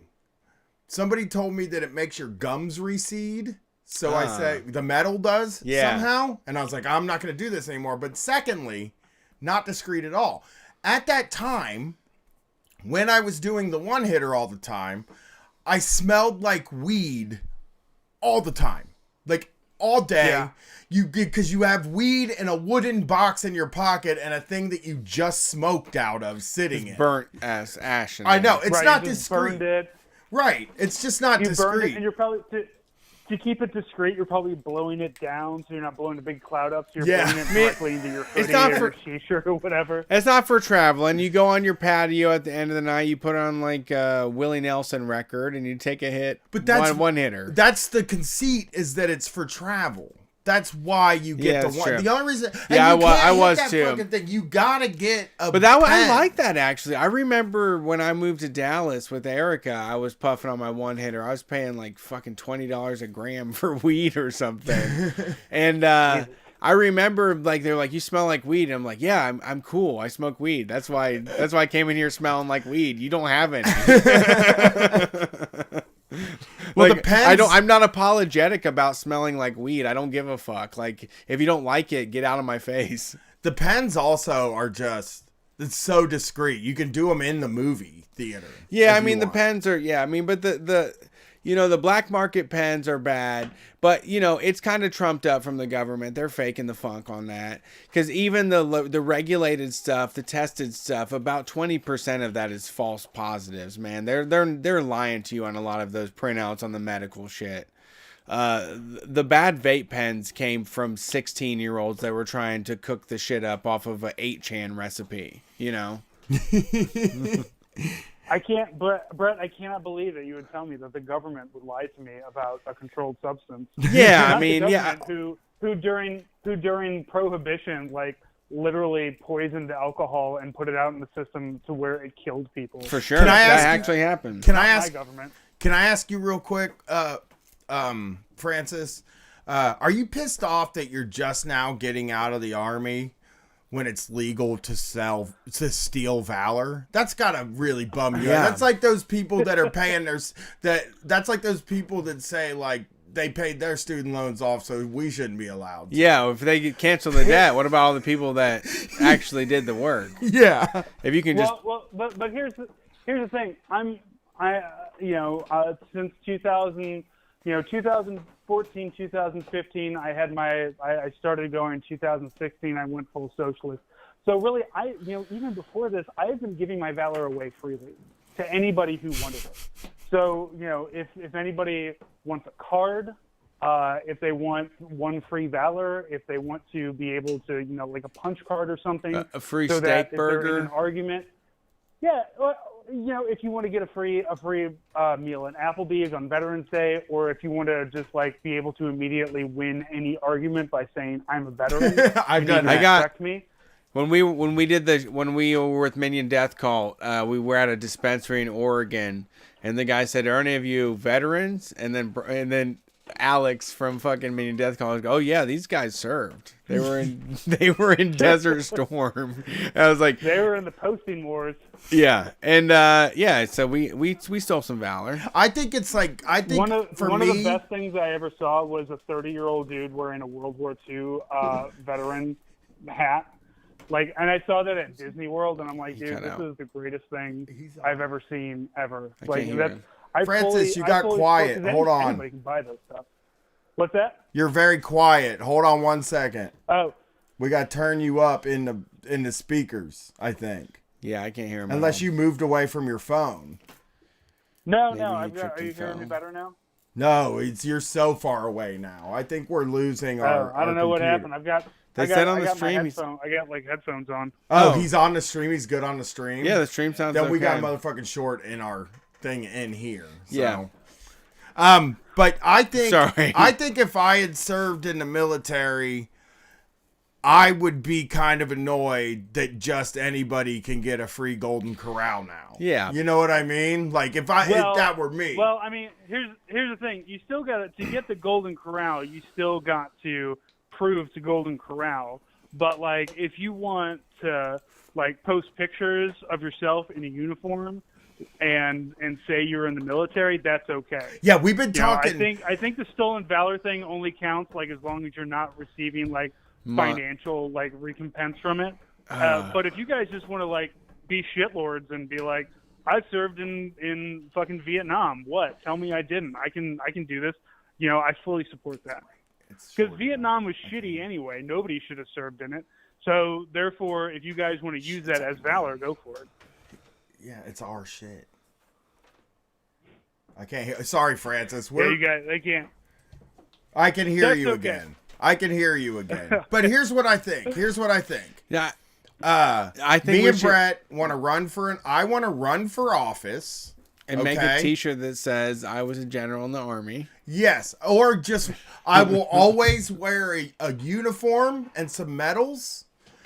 I always just wear those, and then when people ask me if I was in the military, I'd be like, "Oh, I don't like to talk about that stuff right now." Yeah. Okay. And I'll bet I could I'll win. I'll tell you what. Next time you guys come to St. Louis, by the time you guys roll through again, I'll probably be out and done and have a shitload of like military stuff that they're like, we don't want this shit back. You can keep it.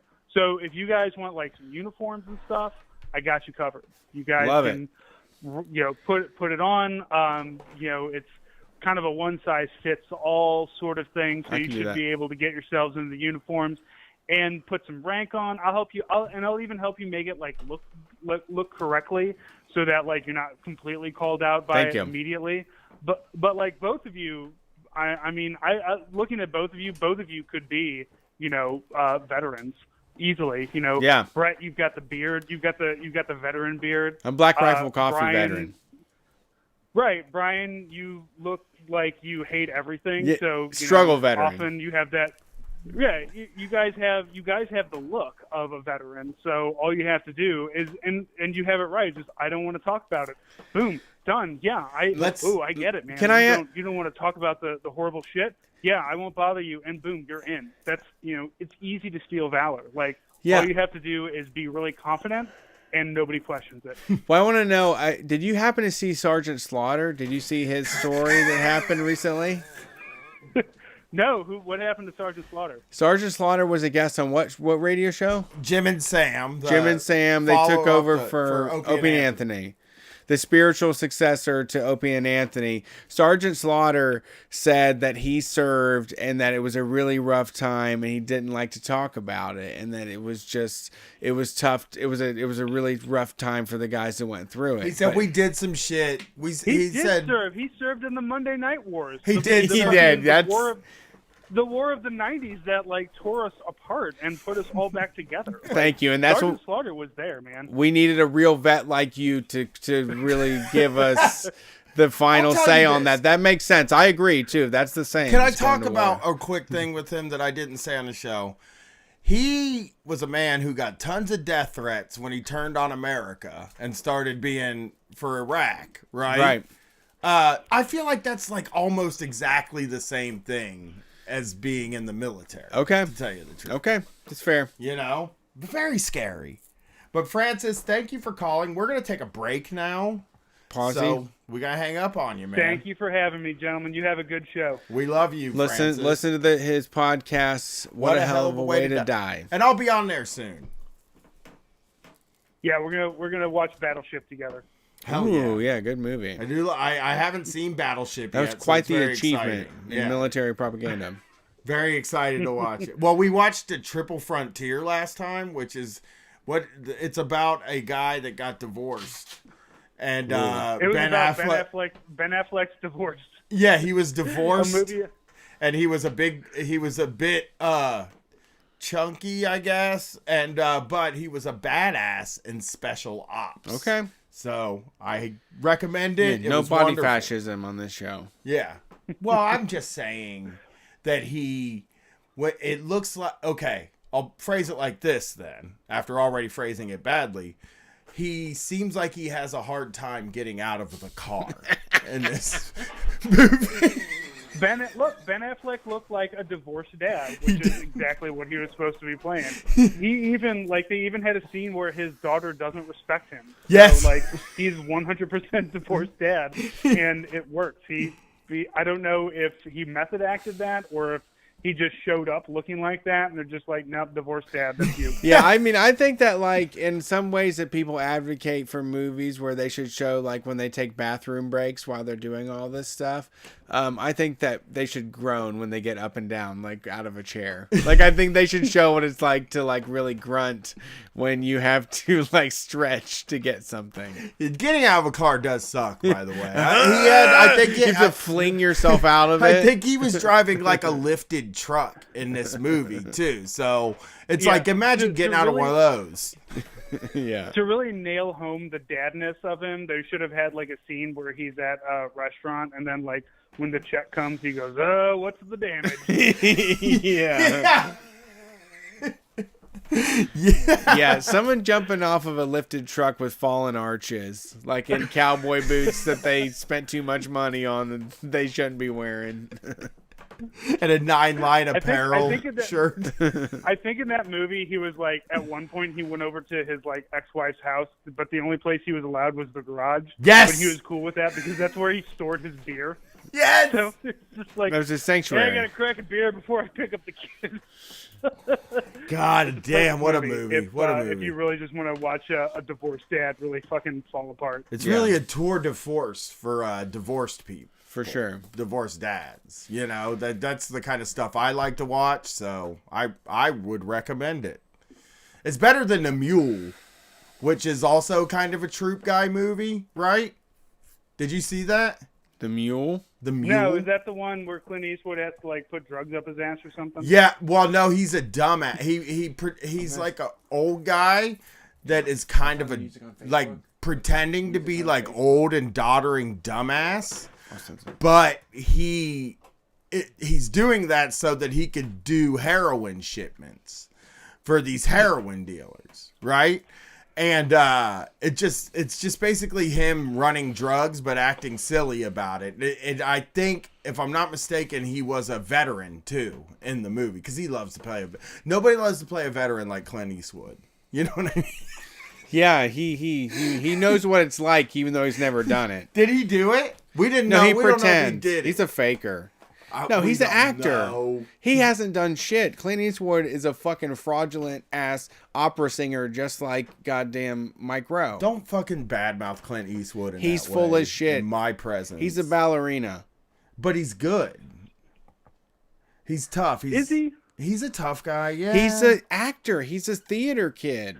He's not tough in any sort He's of a way. nerd. Clint Eastwood is a nerd. He just looks like absolutely. he smokes a pack of Marlboros every day and No, I mean, has that gravelly voice. he knows how to put it on. He knows how. Oh. He's hung around tough people before. Well, please let me read this to you guys from the Hollywood Reporter.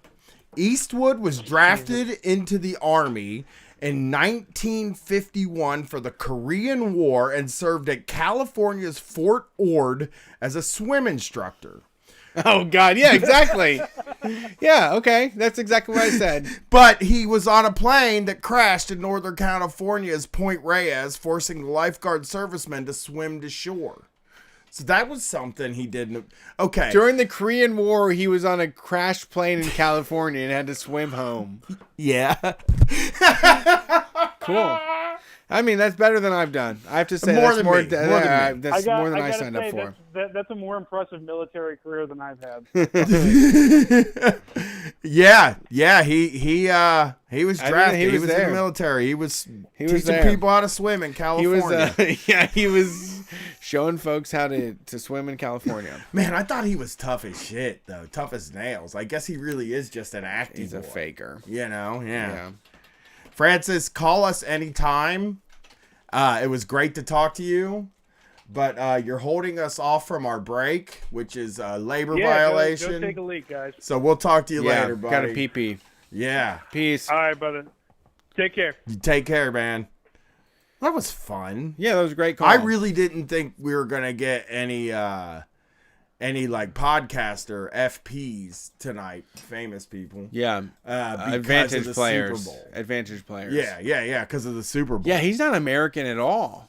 I know. Like, Who's look, not he's watching calling the Super Bowl? Street Fight on the Super Bowl. We started talking about the Super Bowl before the show, and I was kind of like, why did we fucking do this show? Like, I wanted to see the Super Bowl. So anybody that skipped out on the Super Bowl is fucking awesome, like us. Yeah. Well, no. I mean, I would have liked to have watched it too. You want to put know? money on it. You want to hear a tweet right Under 55. while Jason's setting up the music? You were going to do an under 55 bet, right? Yeah, I was gonna do the total Score. total score 55 points over or under. You know what the final was? What? 51. You could have came through on No, that. I would have lost. Oh, the You were going to bet final under. totals? Yeah. That's the score. Fuck. That was the fucking good one too. That one was the one that actually paid out. Yeah. Big. You could have done it. Fuck. That would have been Jeff way better Bezos than... took a picture with Lizzo at the Super Bowl, and his tweet is, "I just took a DNA test. Turned out I'm 100% Lizzo's biggest fan." Oh! Yeah. So that's Jeff Bezos. Just Why don't be a bad bitch? Like, that's the best thing to be. no, he had to. Or that bitch. He didn't want to say that. All right, well, let's go to break, man. We ready to go to break, Jason? Break time. We have for you Street Fighter listeners sent their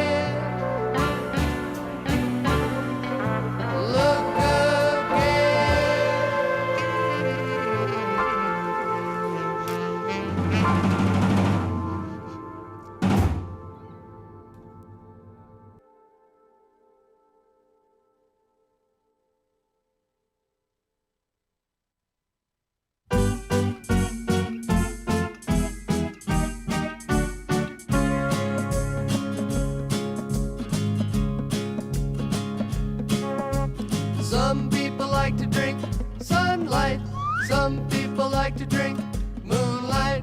Some people like to drink soda. Sometimes I'll drink a soda.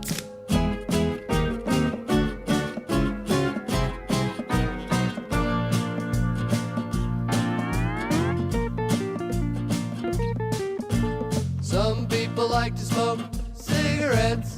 Some people like to get upset. Some people like to smoke other stuff. Some people like to be naked.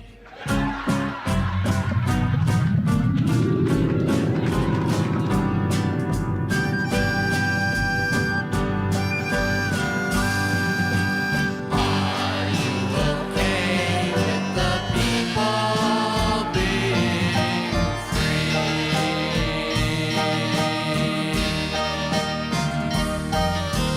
Please don't mind when the people do as they please.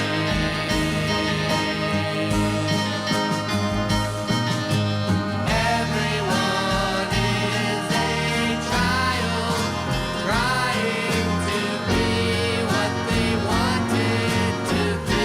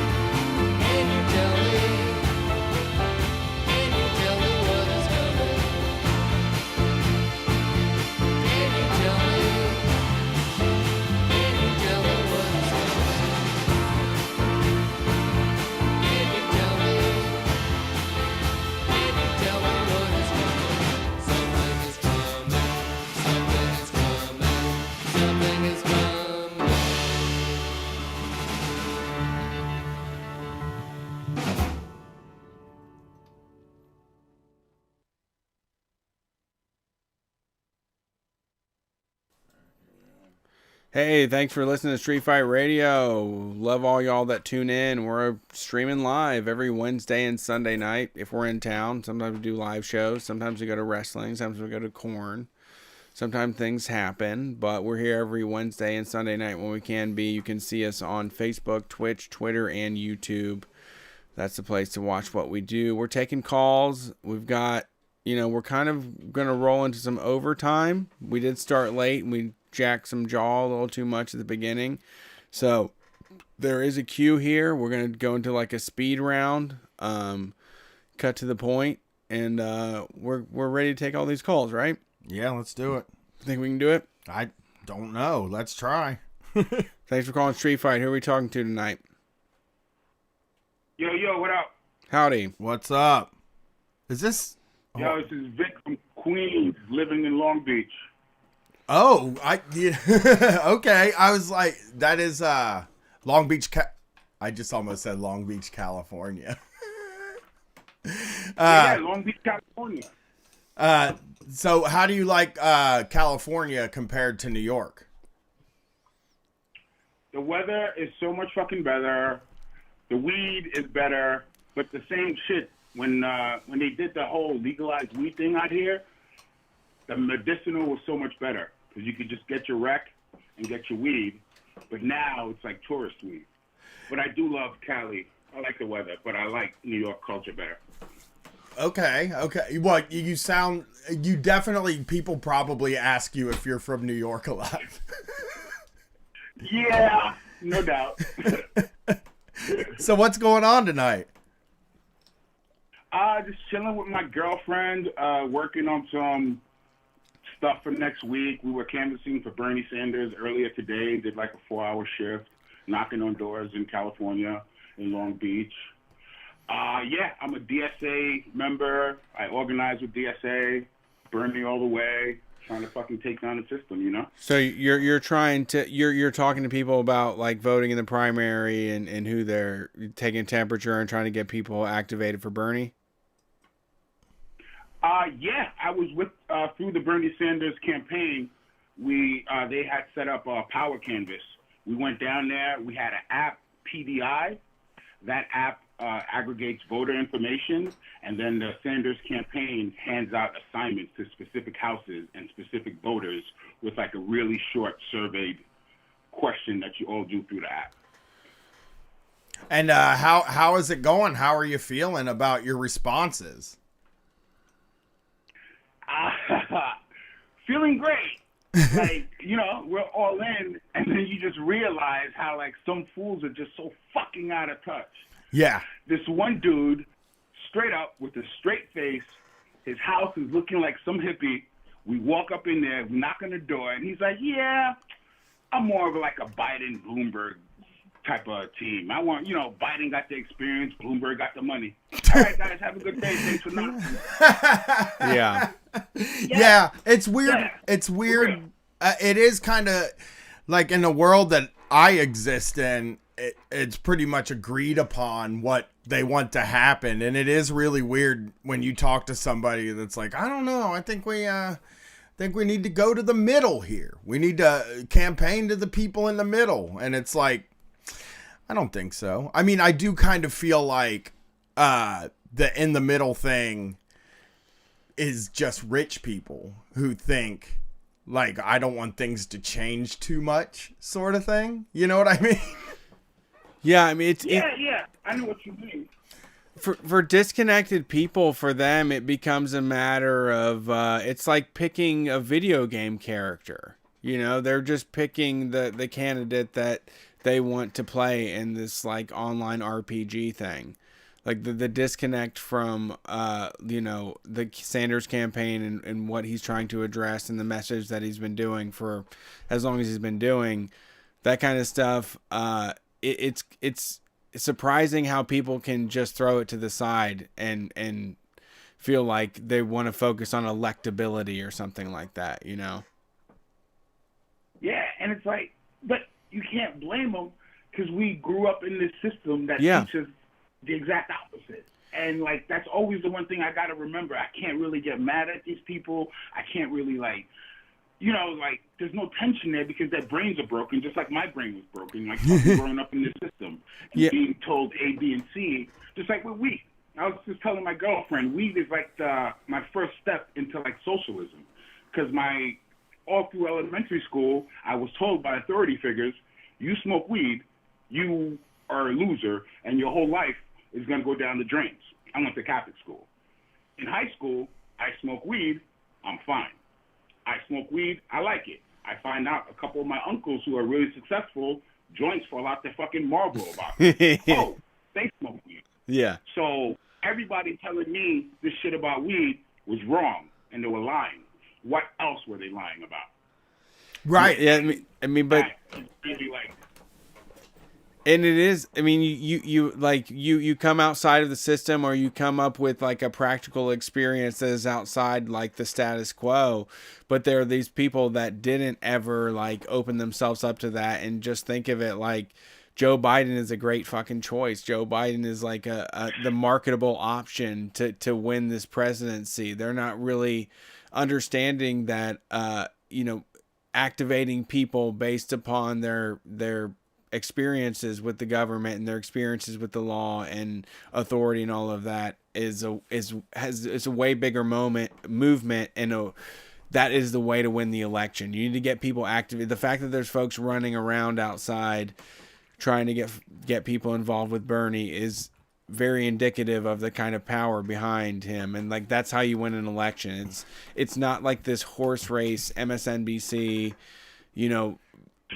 trying to pick the best avatar for the Democratic Party. That stuff is, in the end, it's like gambling. Like we were talking about earlier in the show, you're going to win 100, you're going to lose 100. You're going to win 100, and you're going back and forth. Those folks are just going to be in power, and they're going to make sure that you can almost break even, or that the House wins. You get 98.5% of your money back when you put it into the United States. That's what the Democrats are going to do for you.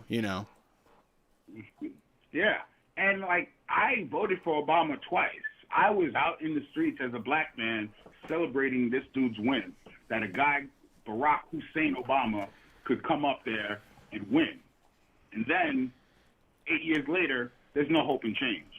Right. Nothing changed. And also, I'll He's out say there this. giving speeches, making that money. I'll say this about Obama. Like, I mean, I voted for him twice too. And maybe once. No, I think I voted for him twice. I think I only voted for him once. But I also I think people underestimate, 2007, where it was like we're talking about having maybe our first black president, and nobody thought that was possible. They would have, all of these people who decide who's electable would have definitely said he wasn't electable at that time. They were saying it, yes. And it's like, man, we have a chance this time to maybe get somebody who's really promising, to change everything, who seems like he's always sort of been on the side of that too. Like, it's not like a new thing. It doesn't feel cynical. And I think that like his policies, they're going to call him a socialist and a communist when they come after him. But I really don't think that matters as much anymore. I don't think people think that. I think when people look at him and he's explaining stuff, they're going to be like, they're not going to say like, I'm a communist now, but they're going to say in their brain, oh, he's not a communist. He's just trying to do a few extra things. Yeah. Yeah. I just don't think he's American thing. right. He's not offering like super radical shit or anything. It is though. I mean, it is pretty the stuff he's offering is pretty radical for the United States. Like things that I would never think would happen in this place. Yeah, we were talking before the show, and like, I mean, I'm definitely the smash the state to the most radical degree, and it's hard to get excited about a fucking Democrat. I mean, I don't care who it is or what their platform is. It's like, it's still rallying behind like a Democrat that have let us down, for so long at this point. But this type of the type of things that they're talking about, the type of honesty that he has, and the track record of saying things that are in line with what Street Fight has said since we started, you know, and seeing people that have come up in the wake. I mean, I love the Rashida Tlaib thing. Booing Hillary Clinton is the coolest thing I've ever seen. Like when as a performer, as somebody that does the political content that we do, I like it when people feel uncomfortable to boo, and then you're like, no, fuck them. Like, really go hard. Like, fucking boo that person. You know, like, we like pro wrestling because we want to share negative reactions at people. We want to be able to levy our vote. Like, we're against that type of stuff. And, you know, Bernie is accommodating for those things. Like, I also do think that, like, I think 10 years or, you know, 6 years ago, maybe me and Brett would have been more like, fuck this shit, you know, it's still America.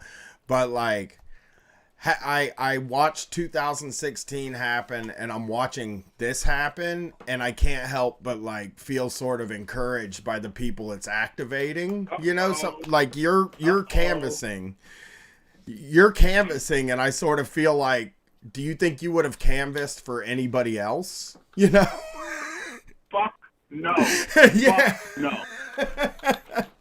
So it's like, it's hard for me to be a guy that like feels cynical about something like this, because I feel like a lot of people are just saying, okay, practically we're looking at, he's promising universal health care, student loan debt forgiveness, and legal weed, and maybe a less of a warlike state. And like, I'm looking at that, and I'm like, and he has inspired so many people, and he's like winning so far. I mean, we're not going to know. Obviously, you could be listening to this after the primary, but like he's winning. And part of me feels like, I mean, I felt so alone for so many years, you know, doing the show or like having these politics. And part of me feels like if he can like win, that means we're not alone. Yeah. Like there are a lot of us. Yeah, I mean, all I wanted was for politicians to boo Hillary Clinton, and it actually happened. And also, like, there's also something about this thing where there's like AOC, Rashida Tlaib, and Ian Omar. There's something about like a win really could like reshape that party, maybe. And I mean, that's the kind of shit, you know? Yeah, and you know, the people that are activated and the people that are pushing for the win, if Bernie Sanders comes through a win, like, those people aren't going to go away. I mean, that just makes it so that we don't have to fight for the electoral side of things. We don't have to fight against a Donald Trump. Like to have all these people with the support of, you know, the top-down support of, you know, I guess the authority, whatever it may be, it kind of relieves it in a way. It allows for people to work on other things and hopefully to see some sort of material relief. You know, it's the best option we got. I mean, because otherwise no one wants to get in the streets with me. Like that's just, you know, not that I'm not trying to be holier than thou, but we just aren't pushed to the point where people are ready to like physically get out there and take things over. And this is an opportunity. You're right.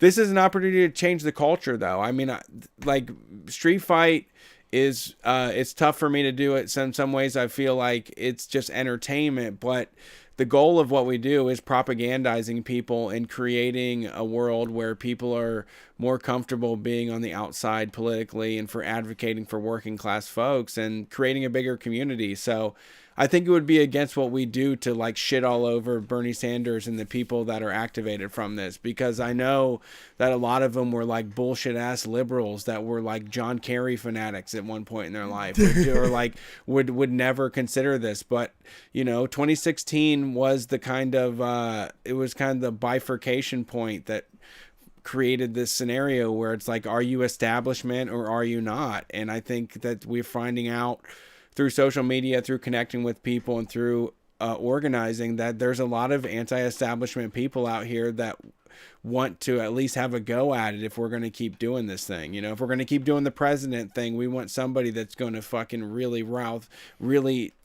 advocate for us, you know, as working people. Yeah, no doubt. And to also say, like, after 2016, I was angry. But listening to different podcasts, listening to a podcast like you, like Chapo, Michael Brooks, Majority Report, I could go on, Struggle Session, TrueAnon, just to be like, wow, there's so many people out here younger than I am. I'm 43, younger than I am, that are like putting out ideas that I jive with, and then like, what? It's not just them. There's a bunch of us. Yeah. And like you said, through social media, like I'm nuts on social media. Like my friends are like, "Oh, Vic's a socialist," and I was like, "Yeah, I'm a fucking socialist." Damn right. Yeah. And but nobody unfriends me though. You know what I mean? Like I'm out here. It's like, yeah, I'm out here knocking on doors. What are you doing? Like you could do whatever, but like you can't shit on what I'm doing because you're not doing shit. Yeah. You know? Yeah, that- And I'm challenging all my Democratic friends to be like, "Yo, you think there's a crisis? Well, step up. Here's an app. Go knock on doors and go fucking organize. The only check against this goddamn system is organize. That's it. That's Yeah. it, and that's what we got to do." And that is how you find out who's faking the funk, because so much of Instagram is about presenting a life of what you do, this or that, and people do like express political opinions that are ugly and unnecessary, and they're not involved at all. But like if you're out there saying that like I'm doing this and I'm organizing and I'm putting in real effort, like that has credibility. Like no one can knock you for actually going out there and living your truth. You know that you're like that's realness all the way through. It's you can't. It's undeniable. Yeah, and I tried to like, yo, after 2016, it's like, yo, fuck that. I'm still gonna post, but I'm also gonna be activated and give up my only precious commodity, which is my time on this fucking planet, to dedicate it to other people for some change. You know? Yeah, and I really admire the people who are going canvassing for like their first time. I just released a show with Brace on the main feed where I talked about how nervous I was. I I just am scared to canvass. And so like when I hear people that are out there doing it, I really admire that. I think that's a hard thing to do. No doubt, I appreciate that, brother. yeah. Thanks for calling Thanks in. for calling in. We got it. We have bullshitted a lot, so we got to get to more calls. Yeah. No doubt, no doubt. I love it. See you guys. Oh, thank you. Yeah. Peace out. I love it when people say they love Shocktober because it was really my tour de force. Yeah. One of It them. was a big accomplishment. Kind of, yes. This is pharmacy. Pharmacist. This Thank is you. pharmacist, I've sorry. got the showers. I've got the showers, all the hits. Wait, what's the other one? Let me get one more. I got the showers. I've got a butt malt like you wouldn't believe. A butt malt? Yeah, that's a bad one because I thought he says butt mole, first of all. And then Chris informed me that it was a butt malt. Mm-hmm. And then I was like, what the fuck does that mean? Like a chocolate malt? Like a frozen malt? That's what he was saying, but Yeah. it's not a thing anybody's ever said. Butt malt. Butt malt. I've got the butt chunder like you wouldn't believe. If it's cold in Chicago and you don't wipe properly. Yeah. All right, Okay. let's see who the next caller is. Thanks for calling Street Fight. Who are we talking to tonight? Hey, this is Al from Chicago. What's up, Al? How's it going? Just talking about Mancow, your hometown. We were just talking about Yeah. your greatest son, Mancow. Chicago's greatest son, Mancow. I don't listen to Mancow, but I know Connor Golden does. Well, everybody listens to Mancow. It's the most popular radio Yeah. show in Chicago. So, Yeah. what's going on tonight, Al? Oh, nothing much. Just was smoking a bit of weed earlier. I have one hitter right next to me, like you were talking about earlier. The smoking kind. Metal? Is it a fake cigarette? yeah. looking? Metal. It looks like a fake Yeah. cigarette. Oh, you got to get a quartz Yeah. one at least. Go get a quartz one. For I me. don't use it that much anymore. I have one of those dry bud vaporizers now that I use that instead. Oh, I got one of those too. I do too. I'm not gonna say the brand because they're not paying me. PAX. Okay. But But yeah, no, go ahead. go ahead. No, you go. You go first. Okay. We were talking about weed a bunch earlier and stuff. I've been trying to go to one of the dispensaries, but like all the ones in Chicago are sold out for non-medical use. I've heard. So I think I'm gonna try to get a medical card. Apparently, a buddy of mine was telling me there's a place that is like, oh yeah, you just go in and they give you the sheet and give you the list of doctors and what they charge if they don't take insurance to sign their name. God, I wish they took So it's basically insurance. Yeah, when I do weed maps in California, the medical is way cheaper. Yeah, It's definitely the way to go. I should get it. Yeah, it would mean like, oh, I can just go to a dispensary anytime, and I don't have to pay the recreational tax. I think it's like 30% or something.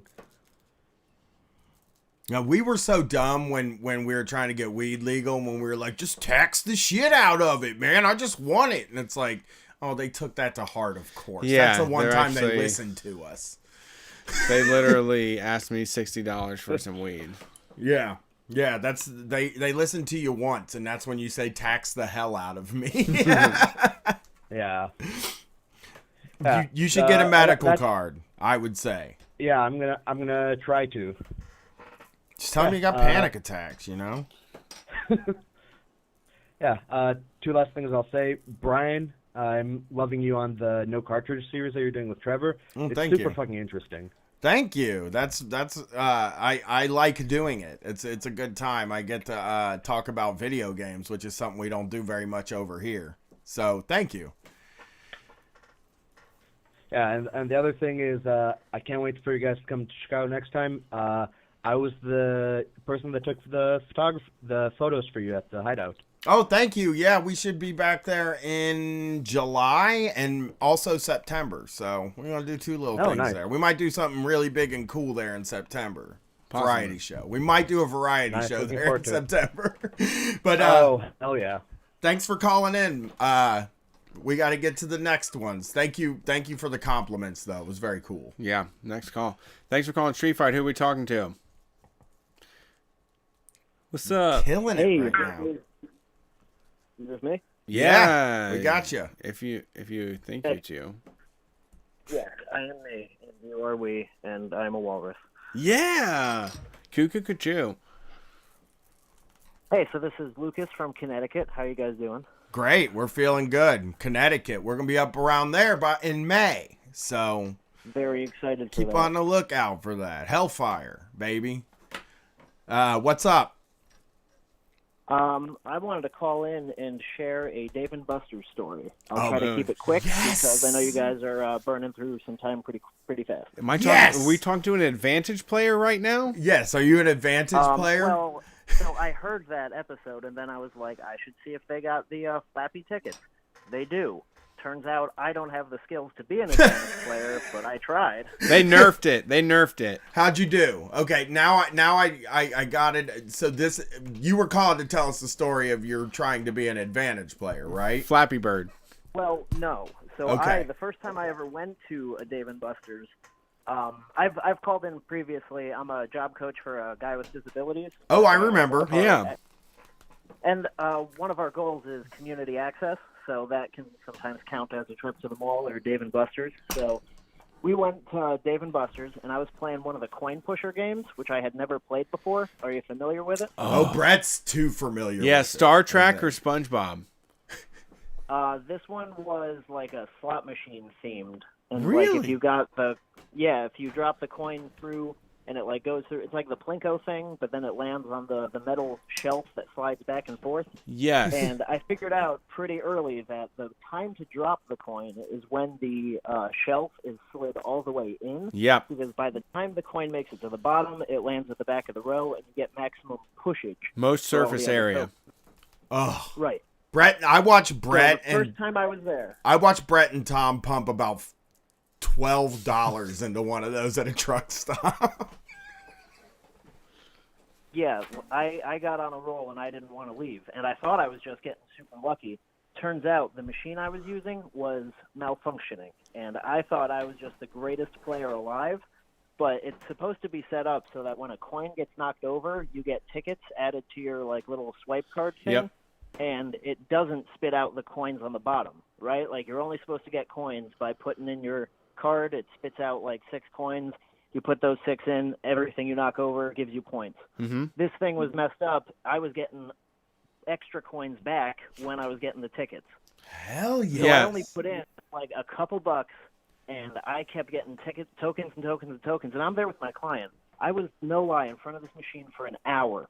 And finally he was like, can we please leave? That sounds like my daughter. Yeah, I got to give these tokens to somebody else. And I just gave another random guy a bucket of tokens. But I got my client 17,000 tickets. Whoa, that's a good come up. That's a lot of tickets.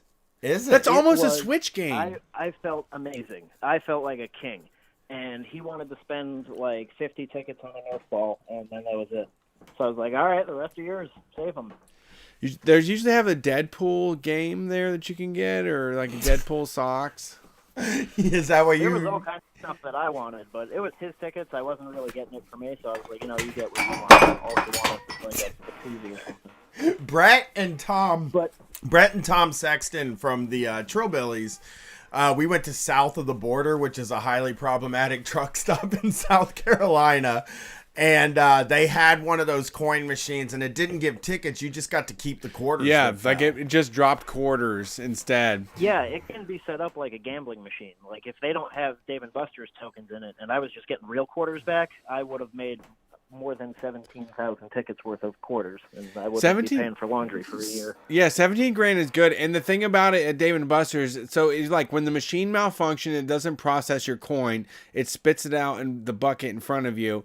And when you insert it into the machine, it gives you a credit for like 3 to 5 fucking tokens in the coin pusher.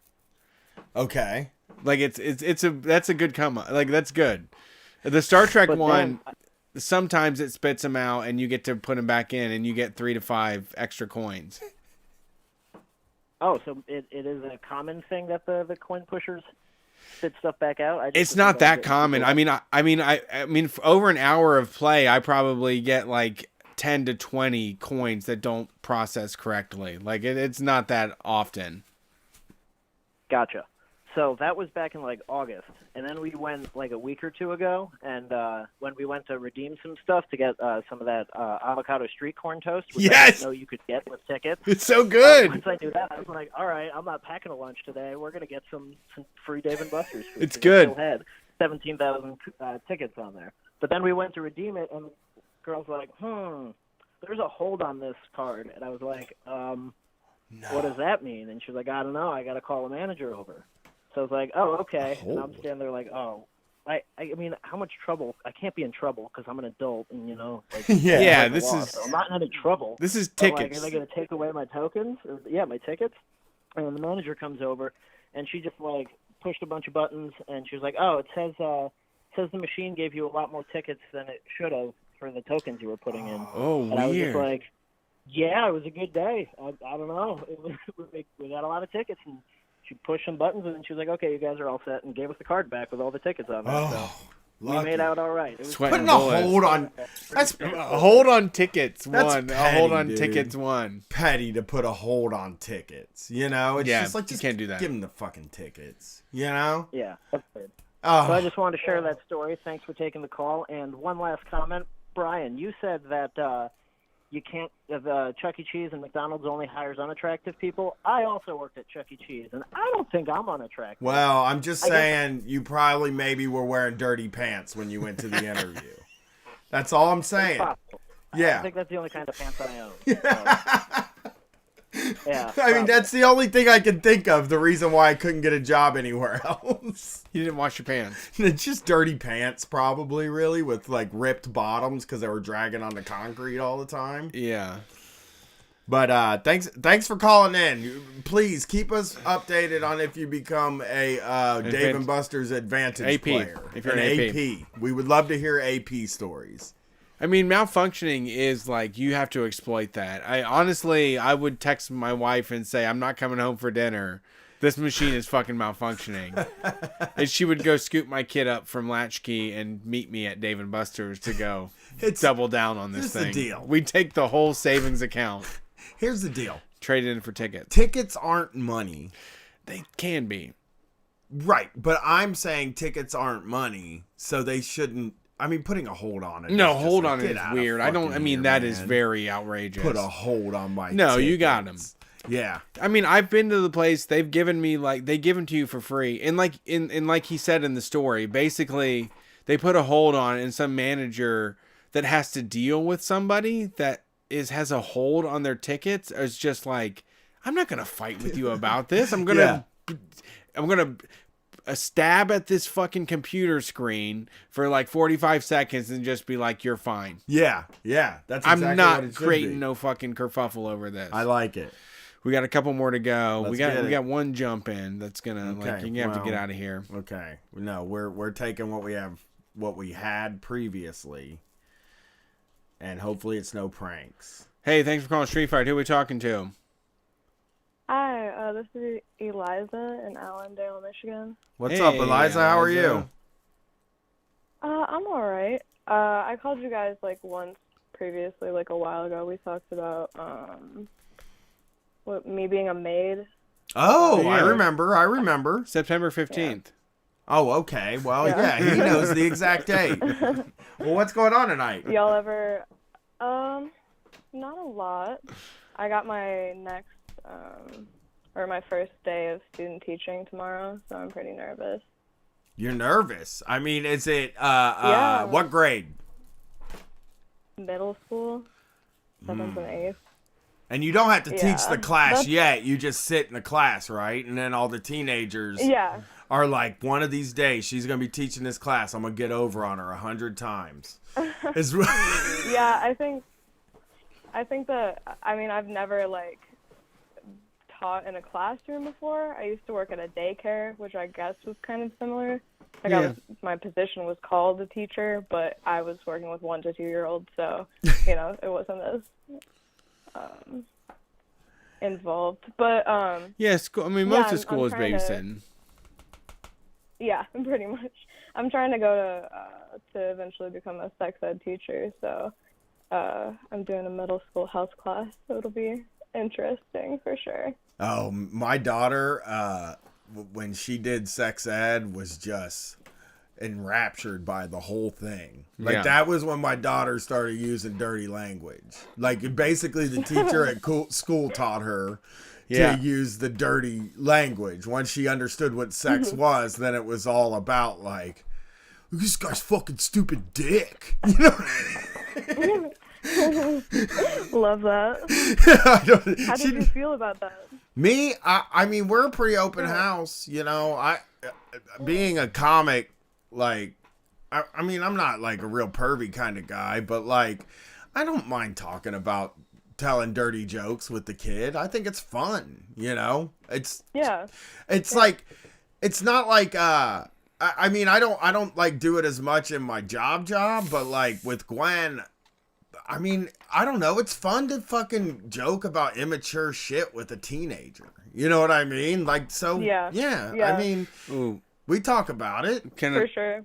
I think it's definitely like we're taught from a young age to kind of fear talking about our bodies and fear our bodies, especially when it comes to sexual type stuff.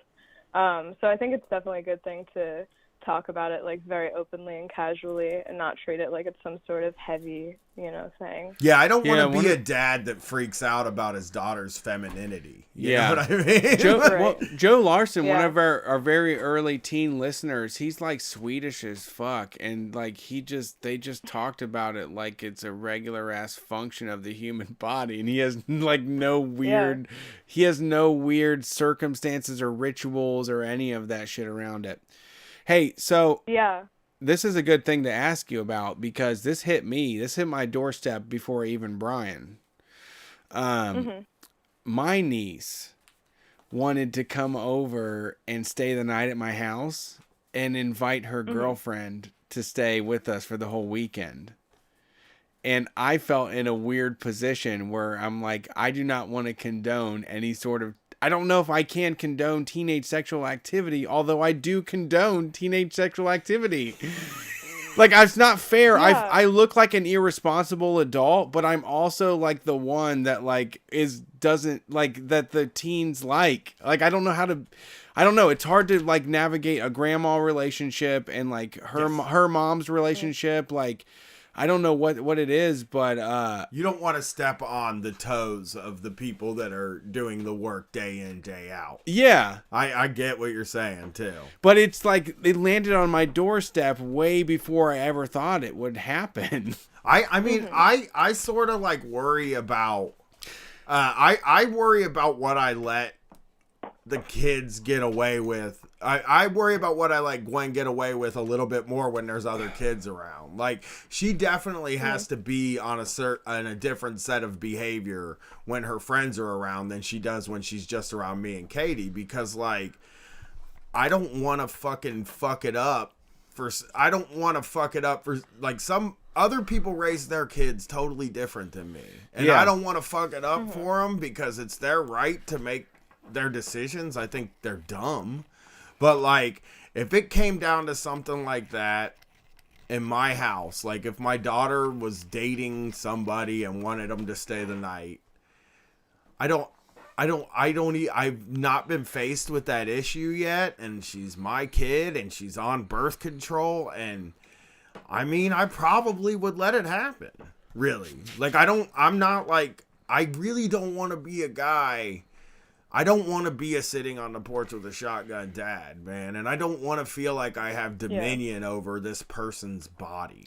You know? Yeah. I mean, that shit's all groovy to me too, but I can't make that, like, it was just weird to have it put on my doorstep because my personal beliefs are not what my beliefs are when it comes to somebody else's fucking child, which I also think that they suck. Like, I think they shouldn't be in it. I think they're assholes. Like, they come to me because like I am like ready to console them and talk to them like they're real people and not just yell at them or say that they're like making mistakes or anything like that, you know? Like, I think that it's a matter of comfortability, and now I have to say like, no, you can't like do that at my house. You can't. But you can just say no because your mom will fucking freak out about it. Yeah, that's you know what I mean. You can just tell them. That's what I would fucking do. I mean, for me, it's like explaining. I've explained it a bunch of times. Like, Gwen, you can't like do this stuff with this person because their fucking parents will freak out about it. I don't want to deal with the shit that comes from other people's parents freaking out about whatever it is that I allow my kid to do. I don't want her to do drugs, and like I would like it if she waited to have sex until she's like emotionally mature. But I'm also not in charge of that. It's not fair, but I just be secretive about it. Like, I just want you to hide it from me. Like, don't hide it from me like I hide it from you. Yeah, is the way I think about it. Exactly. It's like, you know, we're doing sex. Yeah. You know we have it, but we're like, you stay away. Being like, you know, we wait until you're in your room with the door shut and the fan on and the lights out. Yes. And then we shut our door, turn our fan on, and turn the music lights out, and be no music, and we're really quiet about it. We're stealth and polite. We're just super as I've polite. always said. But I mean, she knows I have sex with my wife. Yeah. She knows we have sex, but we don't like talk to her about all the great times we've had sex or anything like that. We just like, I feel like a freak now because you said music, and I'm like, I haven't had sex with music on since like fucking 1998. Dude, you should. I mean, it's a very easy way to spice shit up. But yeah. What's y'all's favorite sex music? Oh, great. Now I got to say what I had sex last time, too. Head PE was what I was listening to, if I remember correctly. I mean, the first song I'll say this on the air, and I'm going to regret it for the rest of my life. The first song I ever listened to while I was having sex with a woman was Black by Pearl Jam. And every time I see it, I think, like, this is my sex song, baby. The sex happened on this one. And what was everything? Honestly, basically, all I do is I turn on Sade, And my wife is just like, she just starts laughing like about 20 minutes into it and is like, are you trying to have sex? I'm like, yeah, I'm trying to have sex. Like, I don't know how to say it. I don't want to say it out loud, but yeah, I'm trying to set the mood here. Yeah. Yeah. Yeah. No, Oh, but man. music, Yeah, you got to. I think music is good. Well, now I feel weird about it, man. Because I guess I'm probably done with the TV on. But no music. Yeah, ever. TV sucks, man. I Like know. you're doing it to a fucking Netflix movie. I shut that shit off. Not It's some like English patient, like some sort of, you know. Diners, drive-ins, and dives. Yeah, you're like, Yeah, come, I have. cut this off. It's taking me out of it. I definitely have a problem where I really like movies a lot, and I'll have someone over specifically to like hook up with them, and I'll be like, all right, let's watch this movie, and I won't pick like, you know, a distracting movie, or you know, I'll pick like Yes. something that I really like and really want them to watch, and then you know they're gonna try and you know start to initiate things, and I'm like, but wait, like look at this scene. Yeah. I am so weirded. I can't believe I'm gonna fucking take this information back home. This is something I've learned from work, and I'm gonna say, you know what? Maybe next time we have sex, let's put a tune on. Dude, I love cutting music on, even if it's just something that we like, just old school stuff, just old jazz shit, any just sexy Deftones. R&B shit. Digital Bath by Deftones. Yep, stuff you like. Bjork, my fucking Bjork, like just anything that is like you Thanks to Bjork. you have an special connection with.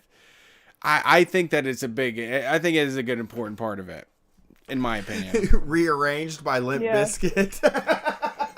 Whatever does It it. can definitely make or break a situation for sure. Well, I don't think it has to be so serious all the time. I think that there can be a manner Yeah. of, you know, irony. There can be a manner of fun and being silly and listening to I don't like just that at all. fucking music. I don't like what you're saying right turning now. on Rob Zombie and then like it's funny at first, but then you start like hammering down to like fucking Astro Creep and you're like, fuck. I mean, this is fun actually. This feels dangerous. This feels like I'm in the Foot Clan and the Ninja Turtles are about to beat us up. Wicked Dead Girl. Yeah. That is, I mean, Rob Zombie makes sex music, though, I believe. I mean, Sex again, Lasista shit? not a guy that fucking again, it's been since You don't have sex. the 90s. You don't put music on. I haven't, not since the 90s, but I'm going to. I'm going to take this under, I know I don't like to say that I have sex, but I'm going to take this under advisement, and I'm going to try it. Maybe one time when we're not like just about to go to sleep, and I gotta like, you know. Du Hast, man. Du Hast, somebody said. My wife would fucking my wife hates all the music that me and Brett listen to. Oh, no. All of it. I tried to get her to come to Rammstein with me, and she said no. And I'm like, it's a trip to fucking Chicago. And she's like, yeah, to see Rammstein. I don't think I want to go to that. Oh, you really got, I think you'll be great. You just, Thanks. here's the thing about fucking kids in middle school, right? Be honest. I mean, obviously you're in a professional environment, but be like as honest as you possibly can to them, and they will respect you for that. That's Kids, what man. I've always had. I've always with the older kids, with preteens and teens, the way that I've raised my kid is like they respect me because I don't bullshit with them. Like I tell them exactly what I believe and what life is like for me and shit. Yeah, I gotta say, with kids like that, I like to put myself on skates. Like I just like to be out there and let them say whatever fucked up thing they want to say at me, and like not to be bothered by it. You know, just engage with them in a way that gives them a little bit more credit than they deserve. That's how I like to deal with kids. Yeah, like just give them a little extra and see if they fuck it up or not, because a lot of them don't. You know. Yeah, absolutely. Yeah, for sure. They're fun. I definitely think I also think you're really smart for doing middle school, because like if I was ever going to teach, it was going to be middle school or high school, because those little ones are nightmares. So I agree with your decision. Thanks. I always thought that I would do anything except middle school, because middle schoolers are vicious, man. Like, yeah, a little bit. My kid has definitely gotten nicer since she's been a freshman than she was when she was in middle school. it still seems super vicious. It was a very weird thing because it's like you're in middle school, you're in a school with a bunch of other students, but for some reason at that point she wasn't like associating with 6th and 7th graders. Like she saw that as like when she was in 8th grade, she was like, I'm not gonna fucking play with 6th graders. You know, they're too fucking, they're babies, kids. You know, and then when she got into high school, it's like it seems like the freshmen talk to the juniors and the seniors and the sophomores, and she's hanging out with like all different ranges of different kinds of people now. And I feel like she's a little bit, she's still not open-minded. She'll never watch a movie with subtitles or a black and white movie. Like she might in the future, but definitely now she's like, is it black and white? I'm not watching it. Was it made in 1980? I don't want to watch some 80s shit. So 80s is too old. 80s is the best shit. 80s is too old. Yeah, I mean, she does like 80s. She does like the 80s cop movies, Okay. the fucking the Beverly Hills Cops and Last Boy, that kind of stuff she likes. Yeah. But you know, well, thanks for calling in. We got to get to our how many we got left? One Last call. All right, we're gonna take our last call, and I think we're done. Last call for all y'all. All Thanks right. for calling in. Have Appreciate a good it. night, you guys. Yeah. Do you Yeah. have a Twitter or Bye. anything you're trying to push? You want to push a Twitter? Oh no. Yeah, I would. Thank Alright. you. I wouldn't Appreciate either it. if I was becoming a teacher. Respectable. Yeah, I mean, teaching is tough. I think 8th grade. I think 6th, 7th, and 8th grade sounds like I could handle that. So there was something we have a kid street fight group on Facebook, and we were talking about public school. And I've complained because public school is like, I've had some complaints with like the testing and the way that they didn't have a left-handed computer available for Charlotte. And public school is like a shitty fucking place. But I found that like there is a lot of people that advocate and like are willing to work with my kid. Like she had issues with reading, and I met with 4 really dedicated, like highly educated people, child psychologists and guidance counselors and all these people. You know, the folks that sign up to do that education are like the ones that are going above and beyond, you know. Well, they're there. It seems like if you're willing at least to teach at like Columbus Public Schools, you're trying to make a difference. Yeah. You know. Yeah, it's and I mean I appreciate it, and I think they're trying to compete with public school, or they're trying to compete with private schools, they're trying to compete with Montessori and all that shit, and they're going above and beyond, and you know, public schools is where it's at. Like we should fucking get rid of every private school there is and throw them back into the public fucking zoo with the rest of them. I really feel like and private school serves a sort of similar function, but with the the ruling class is that they go to these private schools and they build connections that are going to last the rest of their lives, and they learn how to socialize, they learn how to be around people. And I think it's important that like all people learn to be around other people and learn to have to fucking go into it's important to be around in a building where not everybody is going to humor your bullshit for 12 years when you're a kid. You know what I mean? Like, that's what I thought about. I mean, when I look back on my high school, it was like, that's where I learned, like, how to be a person that lives in this world. Yeah. You know? Yeah. I mean, the private school, too, is like they get out of testing, which is great for them because they're able to get by on their, like, charm and money and create something for themselves without like the rigid testing. And in the public school system, they subject them to already. My daughter is like, she said like a couple weeks ago to me, it was crazy. She was like, Dad, do you think that we should be doing all of this testing because it stresses me out? And I was like, no, I absolutely disagree. I think it's a horrible idea. Like, I don't think you should feel like this. I don't think you should be worried about it because she's in first grade and kids are at like so many different developmental stages. all they're doing is priming them for this third grade like test that they're supposed to pass to get fucking money or whatever it is. And well, that's something I've been talking to Glenn about, freaking out about grades, and I'm just like, don't fucking worry, just don't. Yeah, the grades don't matter. I mean, like, you know, we were talking about it earlier. I was hanging out with Drew and Natalie from Garbage Brain University, and like Natalie was out, you know, went outside of like the college thing, outside of the school thing, and Erica, my wife, did the same thing. She never took an ACT or the SAT. She did the same thing you did, went to community college and transferred to a university and never had to worry about those fucking tests that they treated like the most important things we were ever going to do in our life, you know? Yeah, absolutely. It's a better situation to just, I don't know.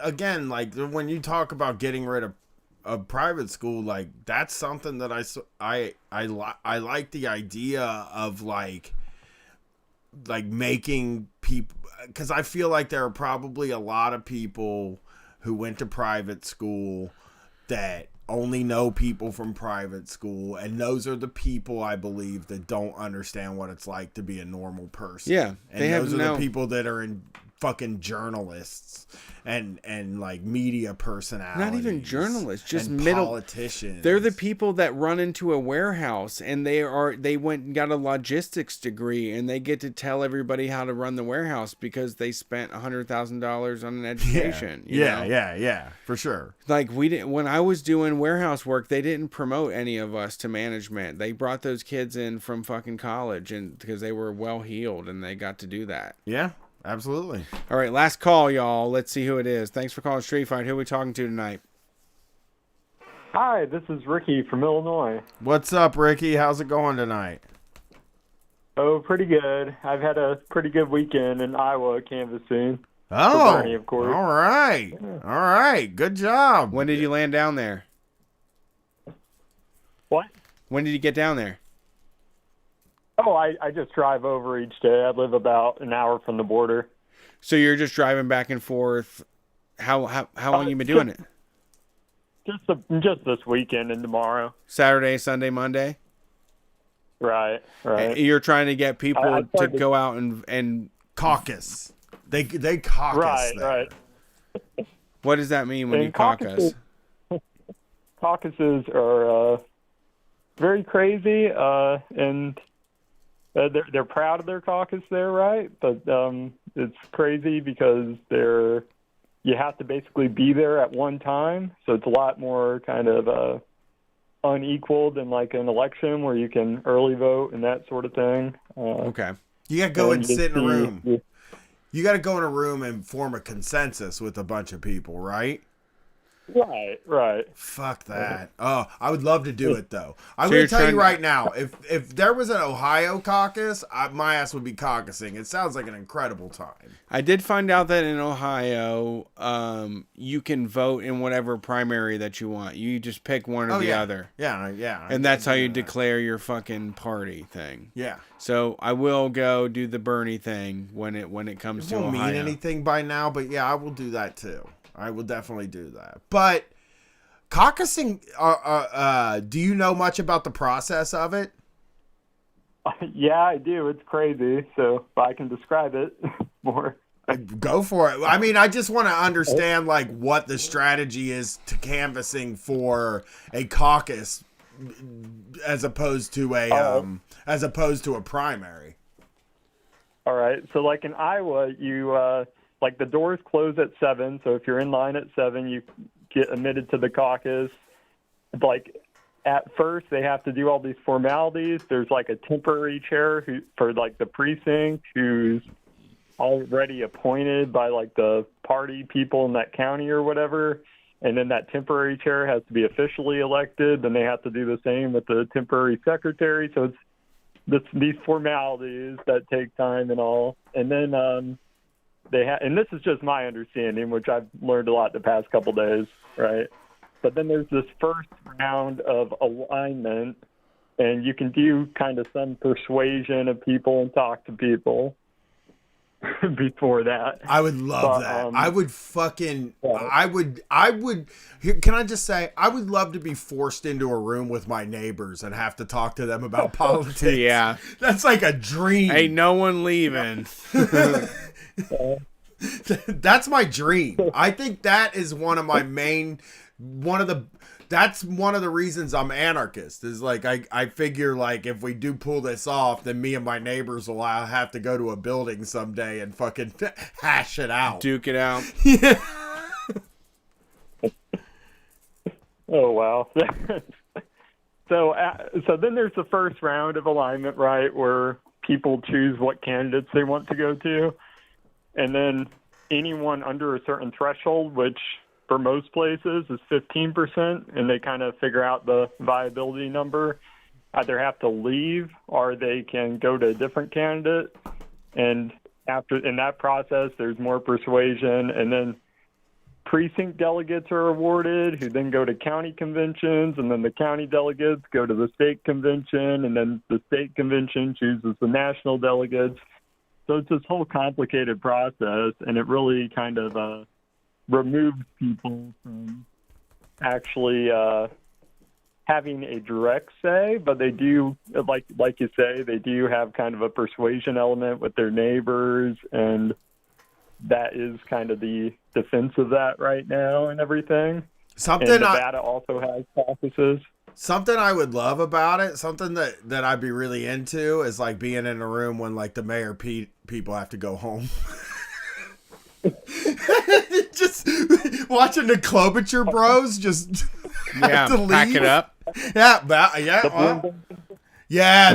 Well, Bloomberg I think is going to be able to pull some stuff off because I think, as Trump is calling him now, Mini Mike is spending enough money that they're just gonna let him do whatever he wants. I do love Mini Mike. I think that was like the first real signal that we're in election times, other than people going crazy online, is when Trump said Mini Mike is asking if he can stand on a box on stage at the Democratic.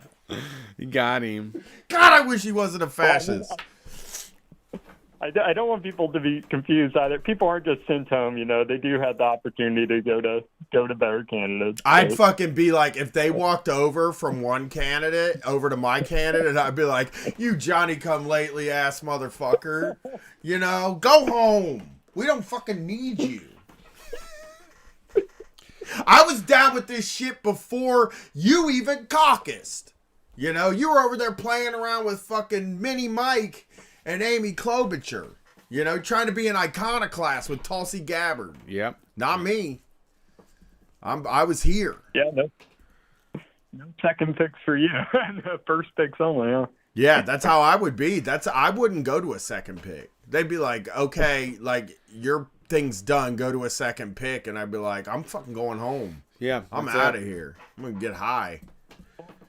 Actually, the Iowa party did recently change the rules. So if your first pick's a viable candidate, you can just have your card and go home. That's what I would do. Perfect. I would fucking be honorable and go home. I would fucking flip everybody off in the room and I would walk out the fucking door. That's the honorable way to leave. Smart. Yeah, that's how a political warrior walks out of a room, to me. Man. So I've been caucusing in really rural areas in small towns and such, and it's very apparent that a lot of campaigns haven't gone there. That I think Bernie has the kind of volunteer resources and actually cares enough to go down to these places. Yeah, real political movement, like bodies on the ground, like that counts. Yeah.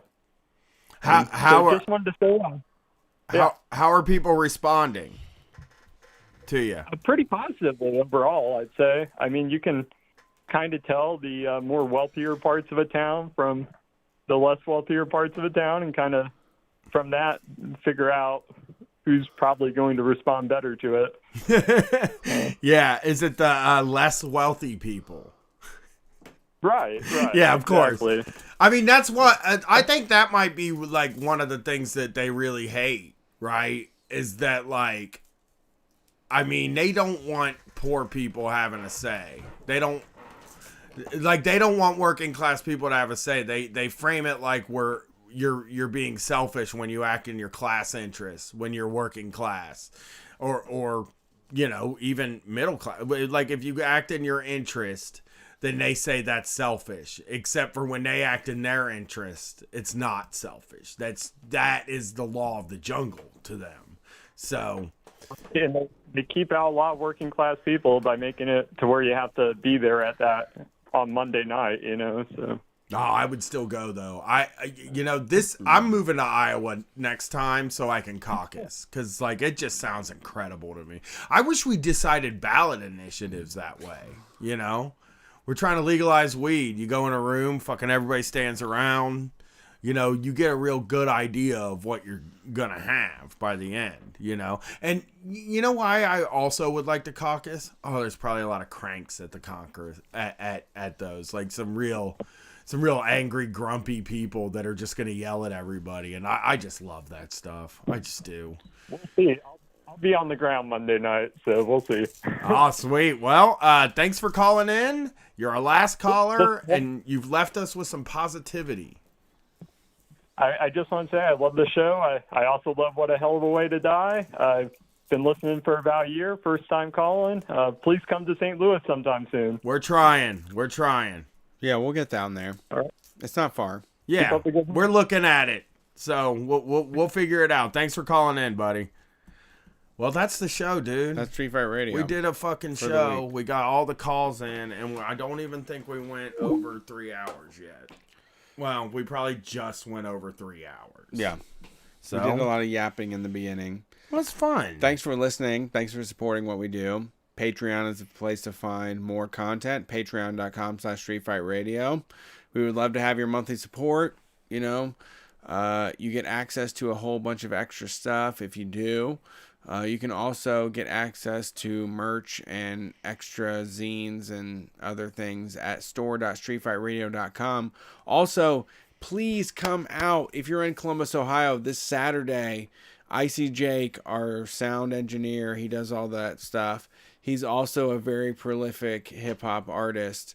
You can check him out, his new project on, you know, SoundCloud, YouTube, Spotify, Apple, all of that. Icy Jake, Terrorist Threats. He's going to do the whole thing this Saturday in Columbus, Ohio, February 8th at the Oracle. Please be there.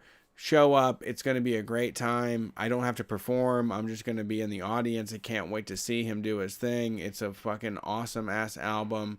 We played it on the show on the 23rd, the OnlyFans for the Military show. And a lot of people asked us who it was. That was Jake. That was Icy Jake. SJW was the song. That's happening February 8th. Head to store.streetfightradio.com to get those tickets. Please show up and party with us. It's going to be a fucking good time. We got Eddie Bars and Young and 8. You heard him on the variety show that we did a couple weeks ago. It's going to be a good time. I can't wait to do it. But please get in there. Please. I love being at shows I don't have to perform at. That's nice. I want it to be good. You know, with the tape, Icy Jake's tape is coming out. Natalie was working on it. She's going to the show, and she was like, I wouldn't make art for this guy if I didn't think his music was good. And, you know, his shit fucking rocks. I can't wait to see it live and to hear the stories. Motherfucker went to jail over a Facebook post. So, please come out to this event this Friday or this Saturday in Columbus, Ohio. Sorry. All right. At the Oracle. Sweet. Yeah, I'll be there. Brian will be there. Brett will be there. We're Street Fight Radio. Peace. I gotta put that in my fucking calendar. Yeah. Oh, it's in my calendar. So. I think we only did 3 hours, man. I think we did it. Really? Yeah. Pretty close.